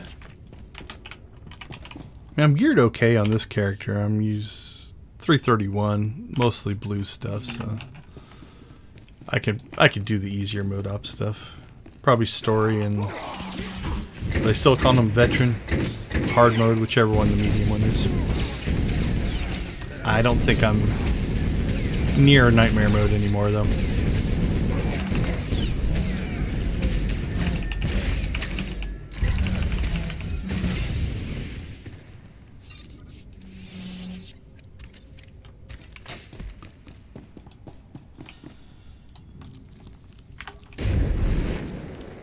Whee! Come into the group, Arkin. You can do it. Burn, baby, burn.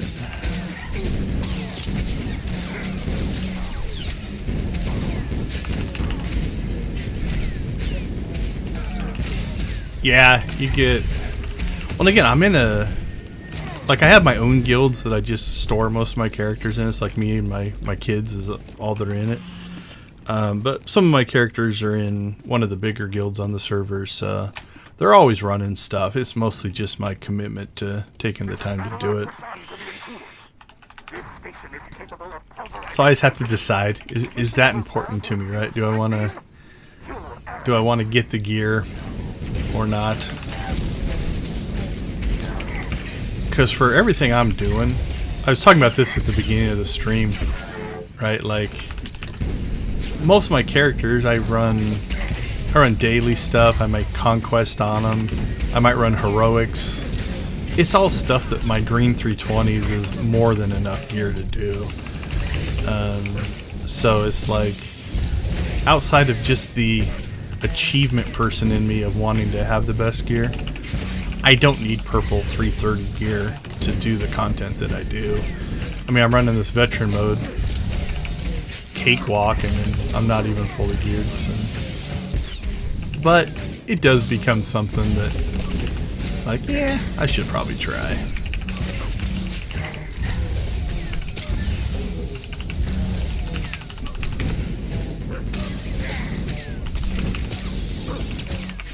But I also enjoy starting new characters, so at that point gear doesn't even matter, because as you're leveling, you outgrow your gear so fast anyway.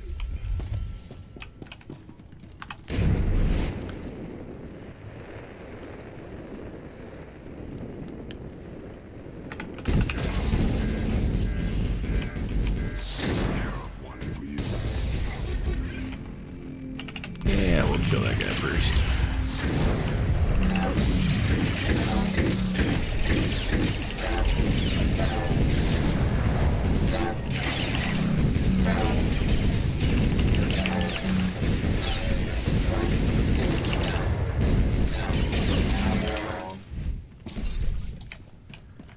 Yay!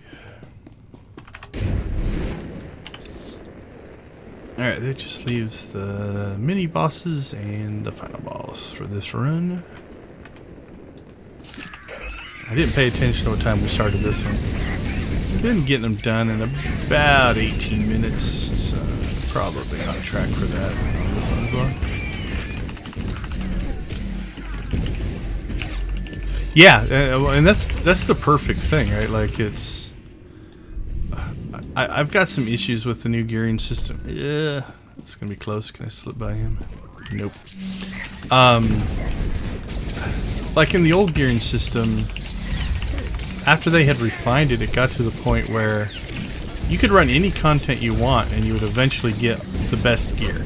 So if you wanted to run operations, you would get it faster, but if you just wanted to play story mode content, you would eventually get it. In this one, like, the best gear is locked behind operations. You know, I'm never gonna get a purple artifact 330 drop in this Flashpoint. It's just not gonna happen. But your point is perfect in that I don't need it, right? And so, you know, while it'd be cool to have, I don't need purple artifact 330 gear to do what I'm doing. And if you can get your brain to accept that, you know, if you can get your brain to be like, just because somebody has better gear than you, for the content you want to play, as long as you've got the right gear, the game is fine. Arkin, what are you doing? Go back over there. Fight the right guy. And so I have to just convince my brain that I don't need the best gear to do what I do. It wouldn't make it that much difference. When I switched over from the 328 to the 330 blue set that I have on now, I think my damage raised, like, you know, in their little calculation over here, the damage went up by like 400. This went up by like 200. I think this one went up by like 400 or 600. Yeah, it didn't make a huge difference. I ran through what I'm doing right now with the 328 with no problems. But it's always nice to have the best stuff. Who doesn't want the best stuff? So yeah, I agree. You know, if you are running progressive ops and trying to get yourself into nightmare mode stuff, everything matters, right? Every little bit matters. Every little point of DPS that you can pull that's more, you know, a little bit more damage reduction. Those are all can be the difference between success and failure at that level. So it makes sense. That was good timing. This is Battle Lord Bashan to all personnel. Rally to Section 0. We fight for our homeworld and the Supreme War Master. Come to Section 0.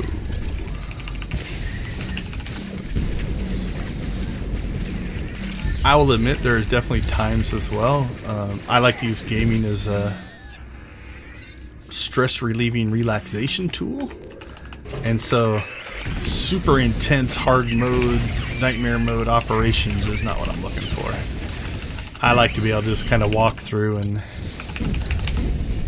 kind of just dominate things. Almost like even what I'm doing here. Right? This is grindy and monotonous for sure, but it also just kind of makes my brain feel good, and that's got value as well.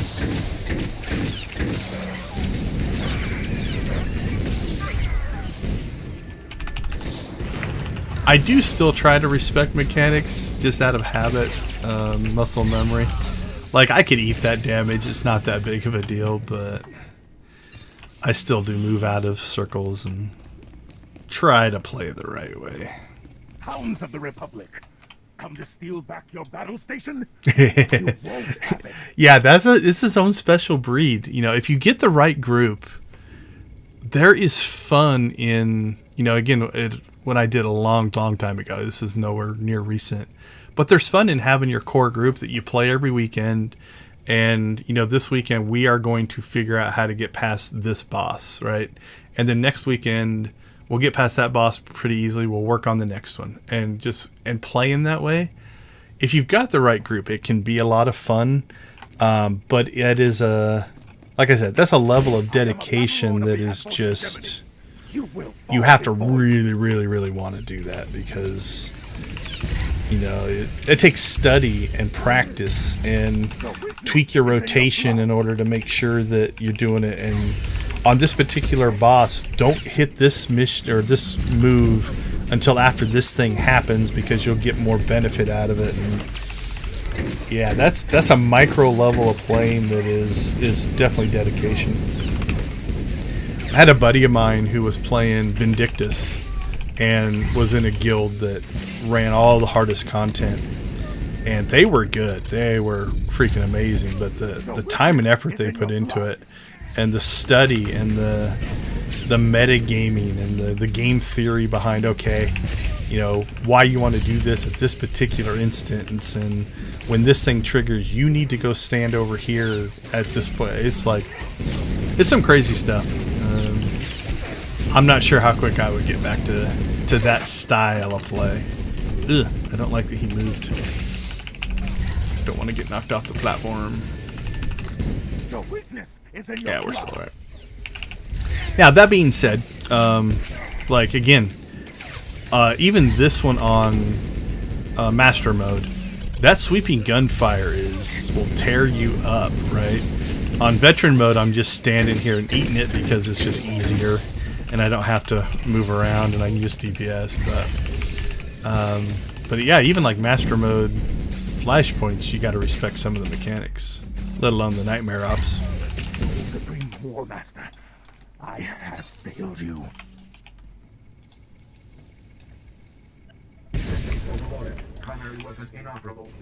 Yeah, I don't know.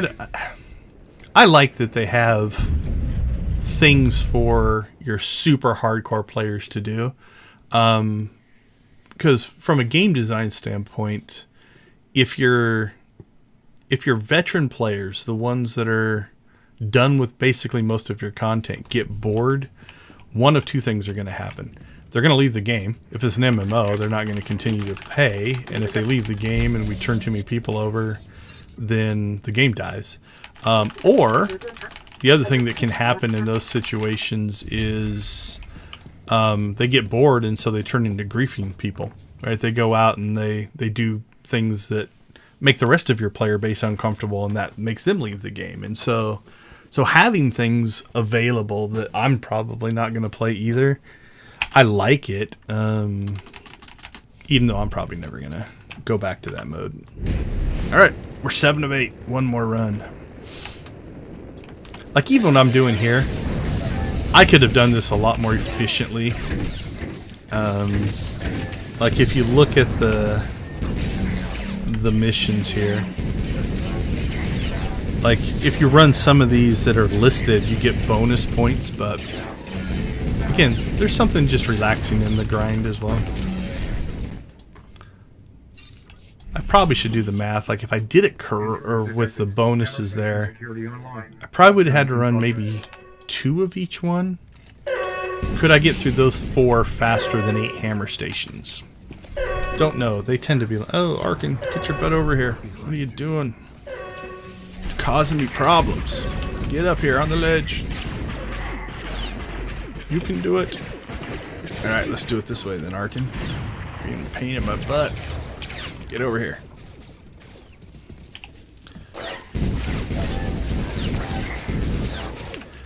So I knew I could get through hammer stations in about 20 minutes apiece. And so at 20 minutes apiece, I can get through 8. And I did 2 last night, so I didn't do those on stream, but it means I can get through 8 in a couple hours. It's not too bad. So we ran 3 hammer stations, then we ran the Gravestone, and then 3 more hammer stations. That'll probably be most of today's stream, I would guess.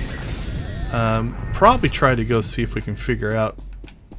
Hopefully I get enough for the reputation items. And then we'll be able to go ahead and test the reputation system out as well. Make sure it's working correctly.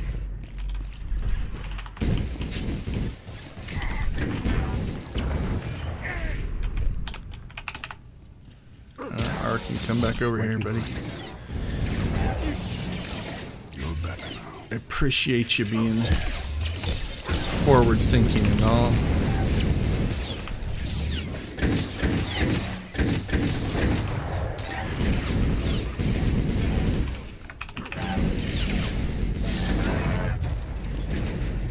Nice. Yeah, the Star Fortress stuff was pretty interesting actually when it first came out. That was fun content. Now, did you do? Let's see. Where are the Star Fortresses? Yeah, there's my pitiful operations completion. Like I said, I haven't done that stuff in a long time. Star Fortresses. Did you get into? Where's it at?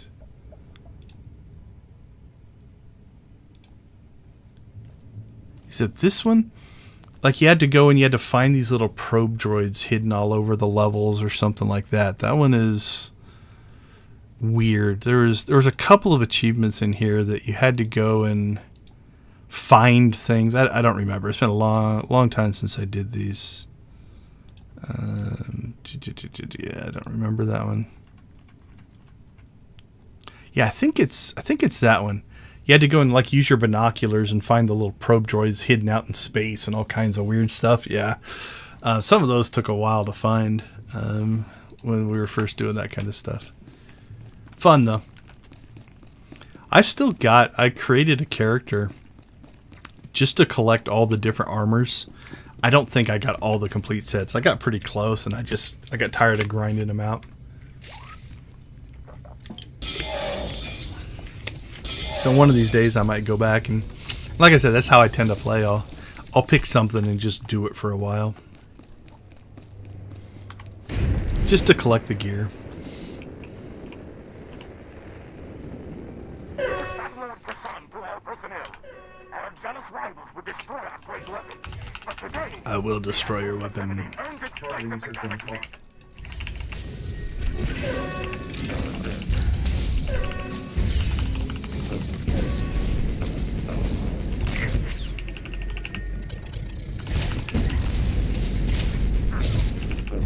I have a few different achievements I need to kind of go back and just knock out. I got some companion stuff I need to work on. I even still have a couple crafting ones I need to do. I haven't hit the... Is it 700 right now? What are we at for our cap? Yeah, 700. I haven't hit 700 on every crafting thing yet. I've got them all sitting at 600. Systems locked.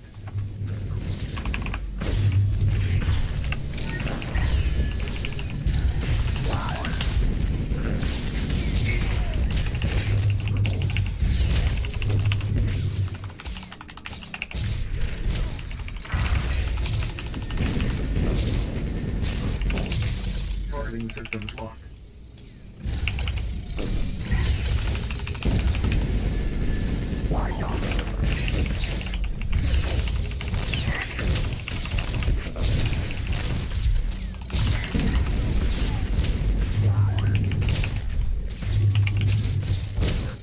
Ugh, I forgot to drop the second electronet on him, but oh well, he's gonna die. Just slowed us down a little bit. Let's make sure we're not overfilling our inventory. Yeah, we should be alright.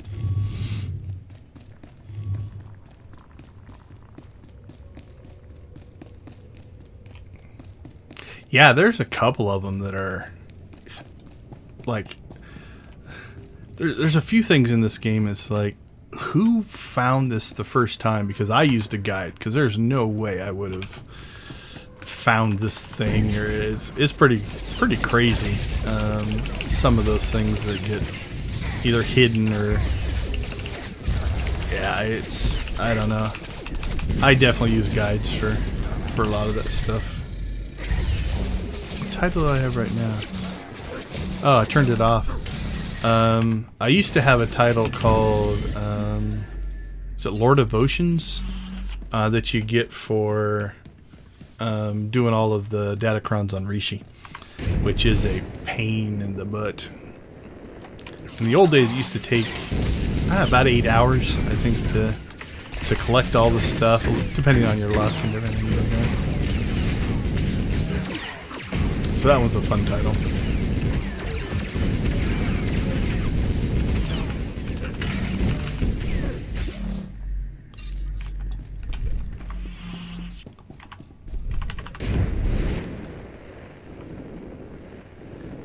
Yeah, anymore, most of the time, it's funny, on most of my characters, I turn most of their titles off. I even turn my, legendary stuff off. I just like to blend into the background and enjoy the game. Yeah, I don't even have my legacy title on this character. That was a horrible grouping up of things.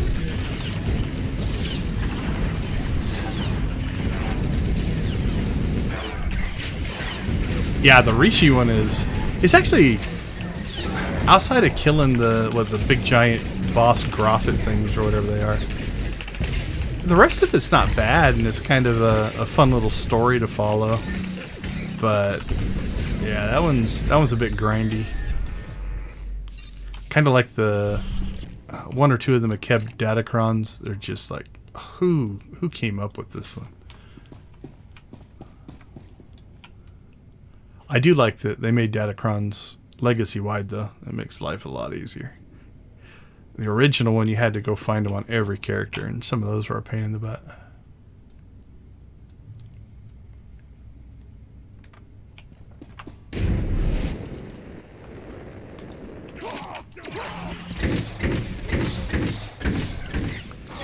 What is hot-blooded on Hoth? Oh, that's the That's to kill the 2 war bosses for Galactic Seasons.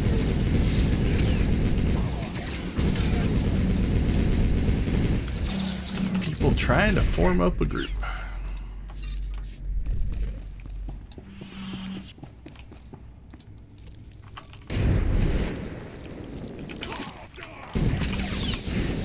This should help. Yeah, those are rough. Fleet's a bit of a pain, but if you have a group, it's not horrible. I'm trying to think. There's one on. Oh crap! What is it? Osis? No, that doesn't sound right. Oh, I can't. I can't open my map while I'm fighting. Onderon? Is it Onderon? No, that's not right either. Class.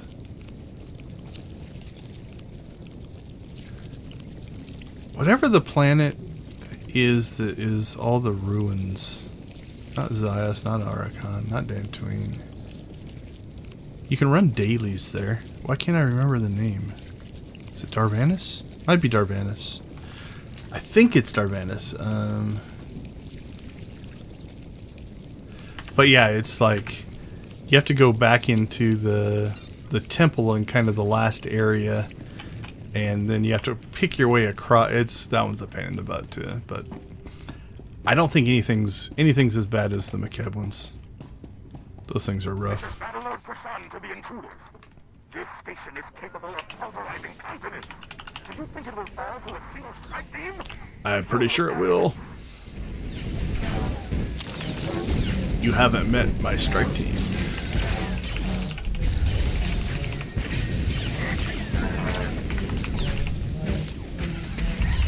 Ooh, Argon's behaving quite nicely in this fight.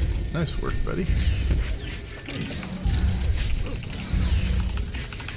It's almost like you know what you're doing. Oh, so yeah, okay. Yeah, that one was a little rough, but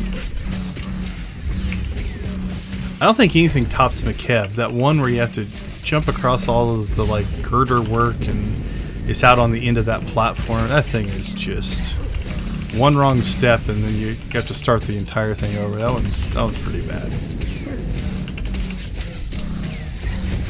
I used to help people get through that one. I'd take my sage out and I could make the jumps and then I would wait for them, and if they'd screw up I would pull them up before they fell to their death.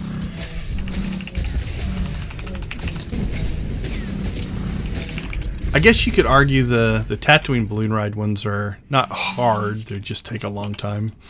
And if you miss that drop down to the second one and you have to ride the balloon again, oh, that one's rough. Because that's like a 40-minute endeavor.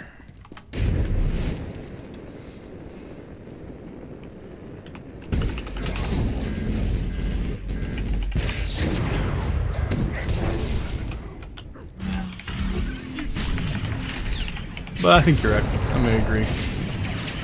If I did, this planet sucks the most, it's definitely actually across a lot of different reasons, it's definitely McKeb. I don't like McKeb. I don't like the dailies on McKeb. The story was okay, but I don't know. Even the missions in the story were like, no thanks. Like if I'm running dailies, my rotation is CZ, Zios, and Rishi. I can get through all those really quick. If I have to attack Oricon on, Oricon's not bad. CZ is so fast.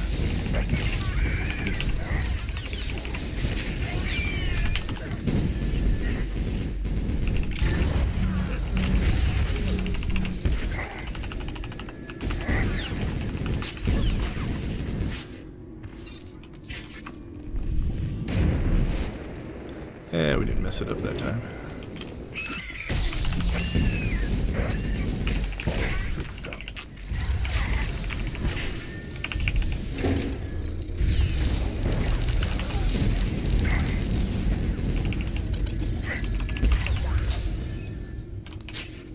I don't mind the dailies on Osis though. That's not a bad run.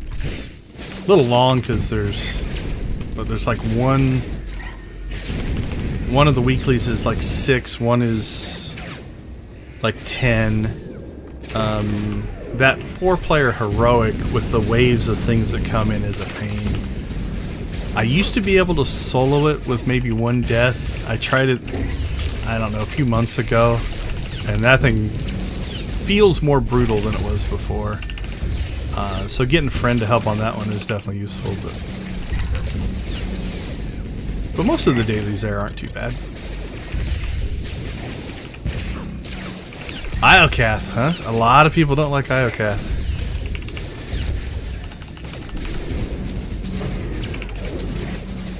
Trying to think. I think I cleared out all the... Once I cleared out all the achievements on a planet, I oftentimes don't necessarily go back. Let's see. Daily areas. Flashpoints. Yeah, I need to work on some of my companion stuff. Okay, is Iocath in here? Nope, I don't think so. Events, strongholds, dailies. Oh no, I'm not near done on Iocath. Holy cow. Yeah, I've only killed 3,000 things there. Killed the droids. Yeah, I did the exploration. PvP, I haven't done much things there.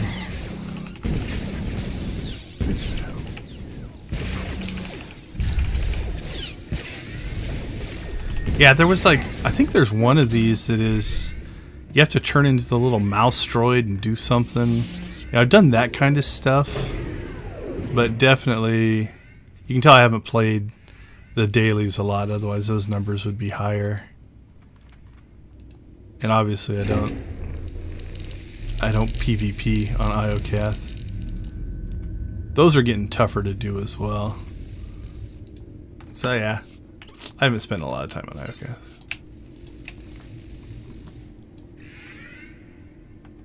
It's actually kind of cool to hear somebody who likes Iocath.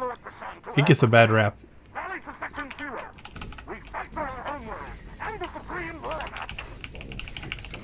I used to have a core group of like 2 or 3 people that even outside of the guild we just ran content together, and we don't do that anymore. So a lot of things I group up for I don't do anymore. Again, unless one of my kids wants to play.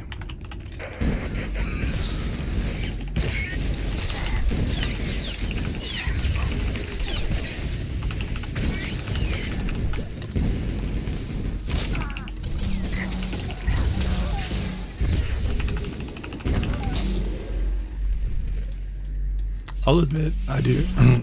Excuse me. I do skip Iocath. I don't do Iocath very often.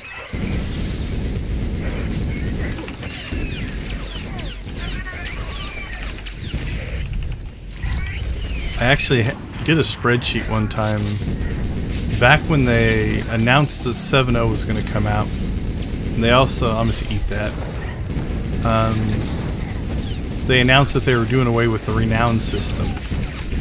And so they added an achievement. It might be in feats of strength now. Let's look. Where you had to get 100 renown on every class and 999 renown on... There it is, yeah.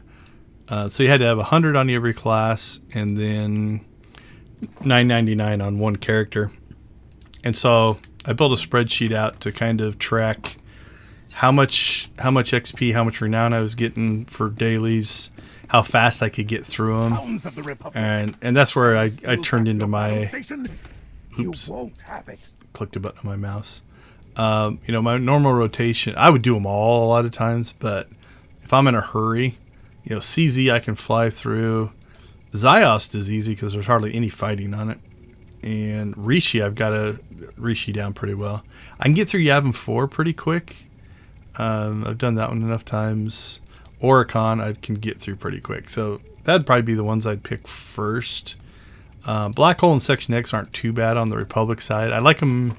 I think I like them better on the Republic side than the Empire side. Makeb I skip altogether. Iocath, like I said, I don't run Iocath a lot. Osis and Onderon I like, but they tend to be longer. There's just more missions in them, so I don't rush into those. And then Manon's new, so I didn't do that at that time. But I am a battle lord of the Advos Hegemony. You will fall before me. Yeah, something like, yeah, Meek and Mighty, that sounds right. Yeah, that one was, like, that was a little crazy. Your weakness is in your blood. But they can be fun. I like, and again, I'm an achievement person. I like to kind of go after the achievement sometimes. So, you know, even if it's a tough achievement, you know, I don't mind putting the time and effort into figuring it out and getting it to go. Now, that being said, sometimes you have to get help on them. I don't know if you ever played Lord of the Rings Online. Lord of the Rings Online had an achievement, and it was for a title called Crosser of Roads. And what you had to do is you could play as a chicken, like a level 1 chicken. And there were all these little missions you could run. But there was one in there that you had to visit essentially every area in the original game. So you started in the Shire, and you had to go to all these different areas and stuff as a level 1 chicken, which means if anything attacks you, you get one shot and die. And so I had been to Bree, I had been to Rivendell. I had a buddy of mine just walk ahead of me and clear out the road on the way up. And then I had gone up somewhere into the north, I can't remember.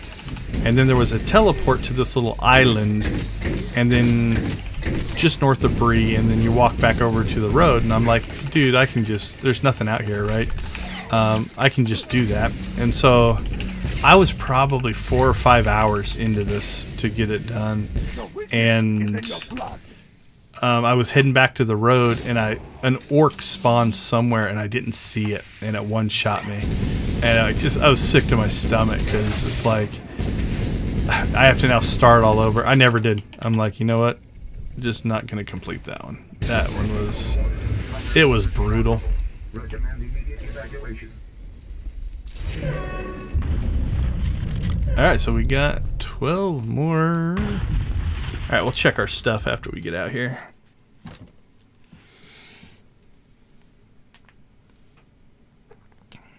So that might be the most all-encompassing, brutal achievement I've ever tried to do in an MMO.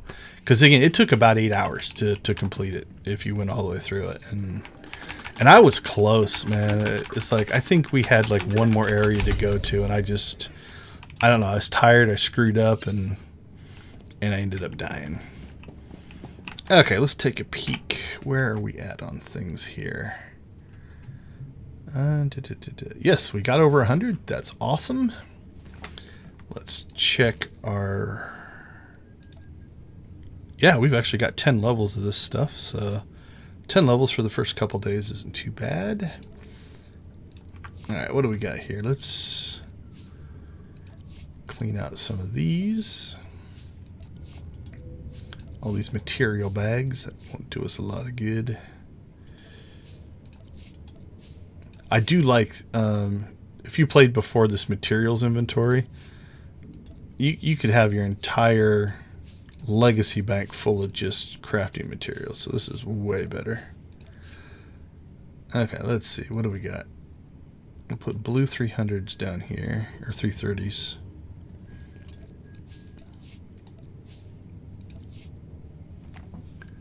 Yeah, that one was brutal. I had a couple breaks, and I think I did some of it over Christmas. And yeah, I was putting in some time to try to get those done, because, and it's silly, you know, really, if you think about it, because it's for an achievement that is no longer going to even matter. You know, it's just kind of, I don't know. I like chasing achievements. So. All right, 330s, 320, 330. That's just garbage. Actually, let's do. We'll just do this little cheaty thing. Go sell all of our trash. That way, it's not in the inventory. Here we go. Farewell for now. All right, what else do we got? 320. Ooh, that's only a 320. We'll dump that. We don't need it. 320. 330. 320. Yeah, we're getting some decent amounts of 330 gear here. Ooh, 190. Yeah, that must be from... I bet you that's from the story stuff. I can't imagine why we would have a 190 in there. 320, 320. There we go. Okay. Check all this stuff. Yeah, absolutely. I think, you know, as a mindset, achievement hunting is a lot of fun. So, all right. That's all just going to get dumped. That stuff I'll throw in my bank box later just for close. Have I capped it out yet? It's got to be close. Eh, not too bad. We're doing all right. All right, we'll just sell that. So yeah, I'll throw this stuff in my legacy bank so that I can gear up other characters with it. All right, and I'll deal with that later. Okay, so let's see. Something we want to try here is go to our ship. So in the last Galactic Seasons, you went to Nar Shaddaa and talked to the Shadow Syndicate broker to turn in your module things, Shadow Syndicate things, to get the reputation items. This time, from my understanding, you just do it on your ship. So there is Faye standing on the ship. So we should be able to talk to her and turn in these. Now, I checked these the other day.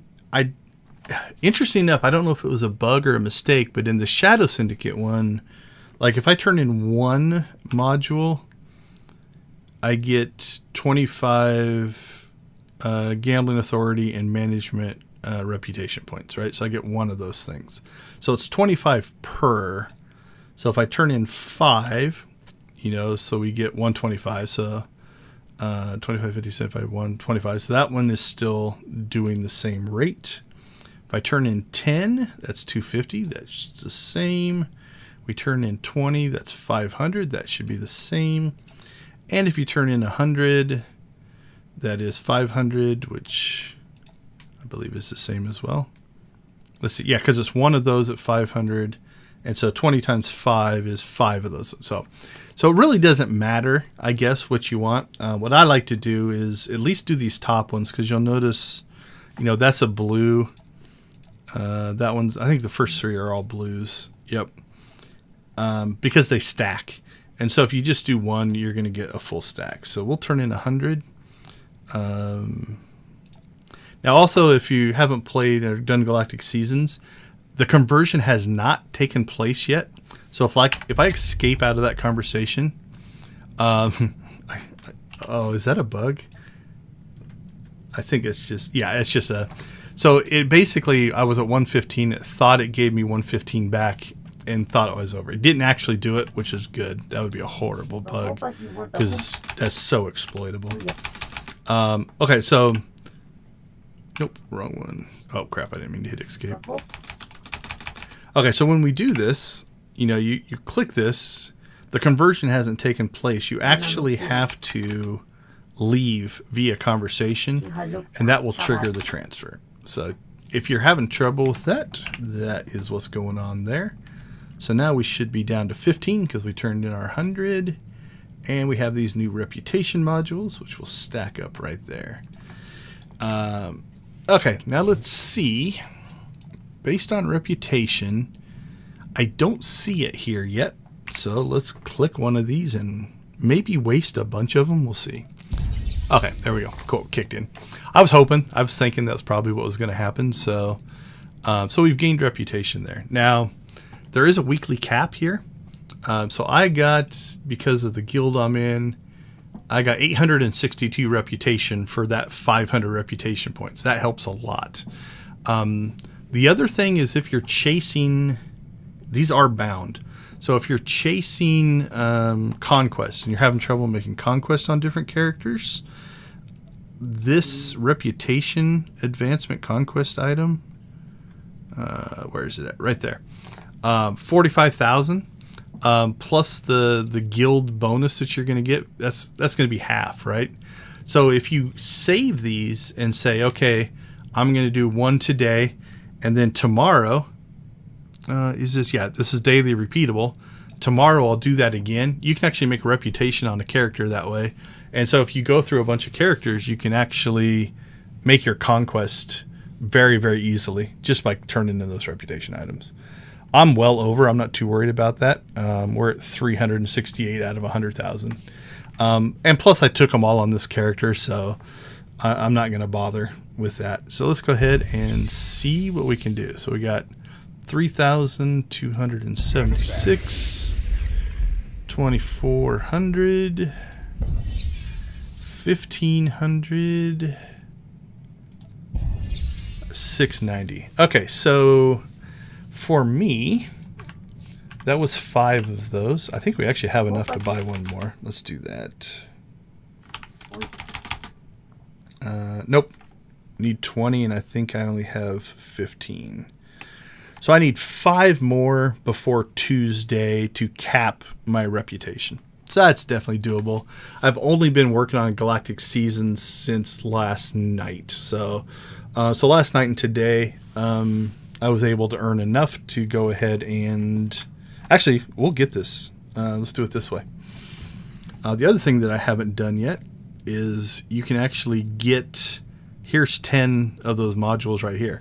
The other thing that you want to be careful of here is making sure that you're not capped when you collect these things. So let's go ahead and claim. So that'll get me enough to make a reputation. We cleaned out our inventory, right? Yep. All right, so we'll claim that one. That's stuff for our companion. Those are decorations and conquest. We're low enough, I don't think we're going to cap out there. We're fine. This one, be careful of. Last season, I actually was capped on Galactic Season tokens and lost one. So I just went and bought them out this time to make sure I'm not capped there. Those are a pain. Are they? Yeah. I hate this. These don't stack. It's such a pain in the butt. They fill up inventory quick if you just don't dump them. Yeah, legendary embers, some cartel coins, some more reputation items. Or those are companion gifts, essentially. But they only work for phalanx for Fae. We got a stronghold labor. Okay, the first of the gear. The gear run. Actually, the gear is all right. I don't know if it's my favorite. Some of the weapons are kind of cool in this season. So let's take a look at the gear set. And I know, again, if you're in the chatting me, you've probably already seen most of this stuff. But I usually talk through this stuff for people who are watching the video later. All right, let's grab that one. We'll grab the gloves. Grab the boots.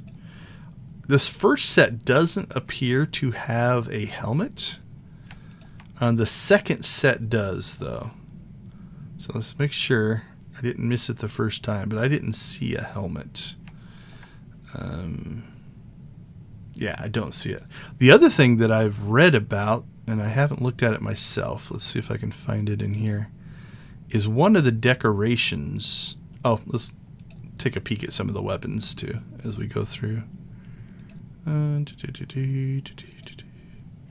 there's this, not a bad sniper rifle. Actually, I don't mind that one. It's decent looking. If you're into sniper rifles. I like the spinny part. That one's a little simple for my taste. The blaster rifle is going to be similar to the sniper rifle. Oh, wait, is that it?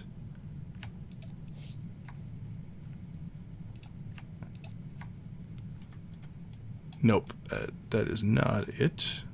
Did I miss any other decorations? Nope, keep moving. That's just a person. I think it's later in the system, if I remember right. Let's see, what do the pistols look like? Yeah, the pistols aren't horrible. Some more. These things just take up inventory space. These I kind of like. They're very similar, I think, to the other ones. They just have the blue. I wish that this, and maybe it does. I don't think it does though. But I wish that would change based off of your color crystal, because that could make it look really cool. But I doubt it does. A couple lightsabers. Yeah, nothing incredibly special there. This one, okay.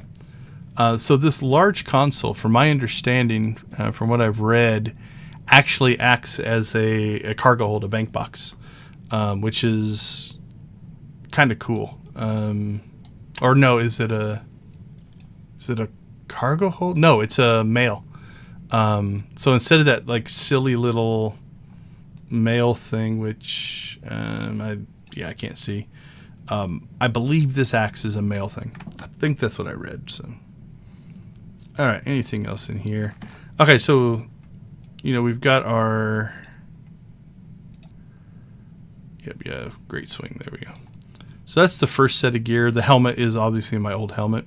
I mean, it's all right. This one's basically the same, just darker. So you're going to see it. Let's get the gloves on. Boots on. And I think the pants are blue once we get out of color match. There we go. So it's kind of a blue, darker set. And this one actually does have a helmet, which arguably not my favorite helmet in the world, but it does exist. I do want this speeder though, just because it's so gaudy and ugly. So I'll probably be using that one. There's one other speeder that you can pick up, which is similar to that one. I think it just looks better. I think it's like blacked out or something like that.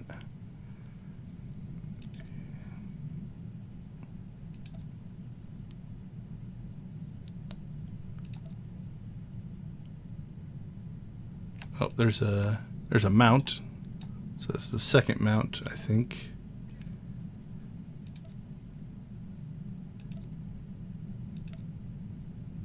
Did I miss it?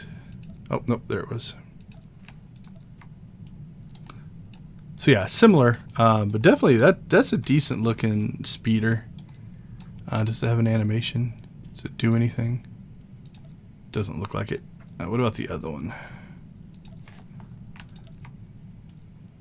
But yeah, I'm probably going to use that one because it's just ugly and crazy.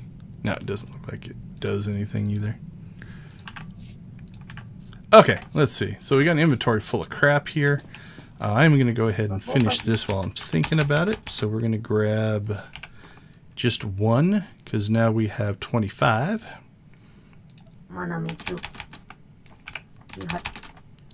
And just to double check, so this is a little bit of a waste. We've only got 690 left, and what did I say I was getting? 800 and something. So I'm gonna lose a couple hundred here, but I want to cap this out every week because I want that achievement, and I didn't get it last time, and it still bugs me. So there we go. So our weekly reputation. So now we can start saving those up for next week. But we feel like we're making good progress. Okay. Let's see, what else do we got here? You got a box to open. Our first set of gear. That's just a stronghold title. I'll probably end up selling those. That should just go into the crafting library, right? Yeah, okay. That's a reputation item. Alright, those are all reputation items. Alright, so what's this one? Yeah, that's not a bad looking decoration. I'm guessing it's pretty big. Let's see, hook type. Yeah, floor large. That's a pretty big one. Alright, there we go. Collected those. And then let's go back to our stronghold here. Yeah, I got through both Galactic Seasons. I screwed up one of the achievements for reputation for number 2, but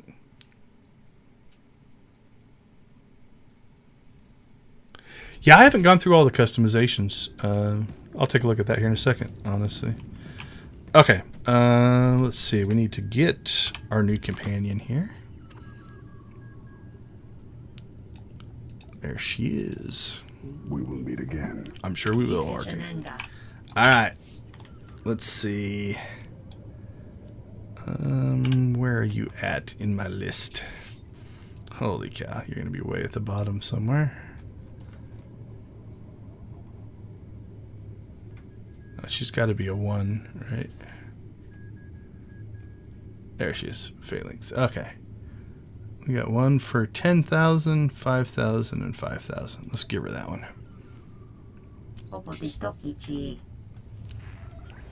Oh, that got her to 7. That's not too bad.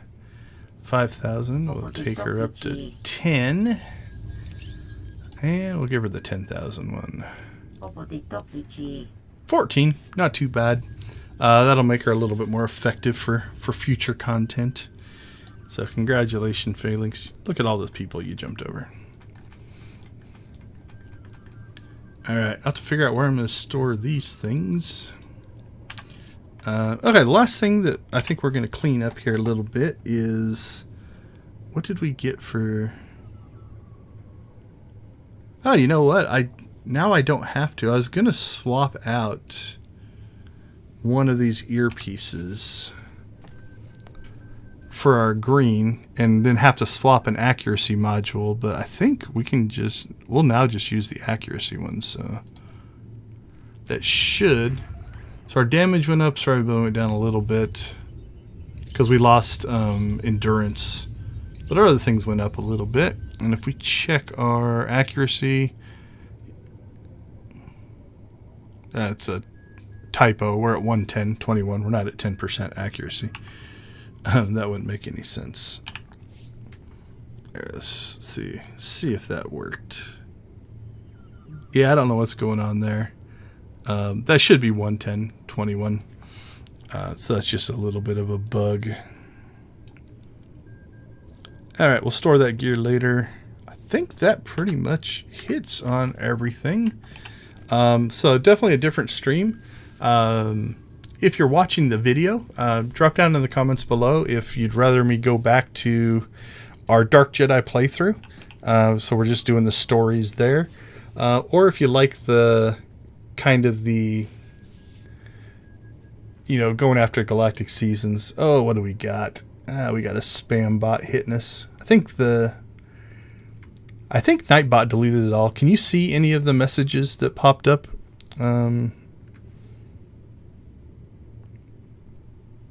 Or did they all just get deleted? Let me check my other feed. Yeah, they didn't show up at all. Cool. Good job, Nightbot. Way to catch that spammer. Awesome. Okay, so anyway, yeah, if you watch this way or you're watching this video, drop down in the comments. Do you like Galactic Seasons content? Do you like running in-game content? Do you want me to go back to my Dark Jedi playthrough? I think we're on Balmora in that particular playthrough. The other thing that we've got coming up is November 5th is Extra Life Game Day. So we're going to be making a big push on November 5th for donations. Right now, I've got a 12-hour stream planned. It might go longer. We're still kind of working out some of the details. Not 100% sure what all I'm going to do on that day because 12 hours is a lot of things. If everything worked out perfectly, and I don't think it's going to happen, I would love a double experience event to happen because then we could try to do another one of our level from 0 to 80 challenges that we've done a couple of times. So November 5th is that one, but we still stream every weekend. Just a reminder, we stream for Extra Life, and that benefits the Children's Miracle Network. So you can find the link in the chat or in the description below.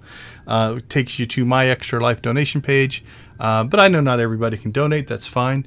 But if you're willing to, share my links, get in front of your social media, every little bit helps. I've had 3 or 4 donations that have come from people I knew. So they shared my link and actually got the donation from somebody else. So that's why we do this. If you can't donate, though, like, share, subscribe, do all those kind of things. Anything that gets this in front of more people's eyes gives a better chance for the Children's Miracle Network to get money. Where are we at right now? 1,370. Uh-oh, I think I just disconnected. Is where we're actually at for the year. So we're actually doing pretty good. Last year we did 1,377. So we are going into game day just $7 short of last year's total. So we're in really good shape for this year. I think that covers most everything on that side. So if you have any questions, definitely reach out to me. Also, you can reach out to me on social media. If you search for Deconstruction Gaming on Twitter, Facebook, and Instagram are the two I use the most. I think it's Decon Gaming on Twitter because it was too long. Deconstruction Gaming on Facebook, and I think it's Deconstruction Gaming on Instagram as well. Feel free to send me a DM or a private message up there.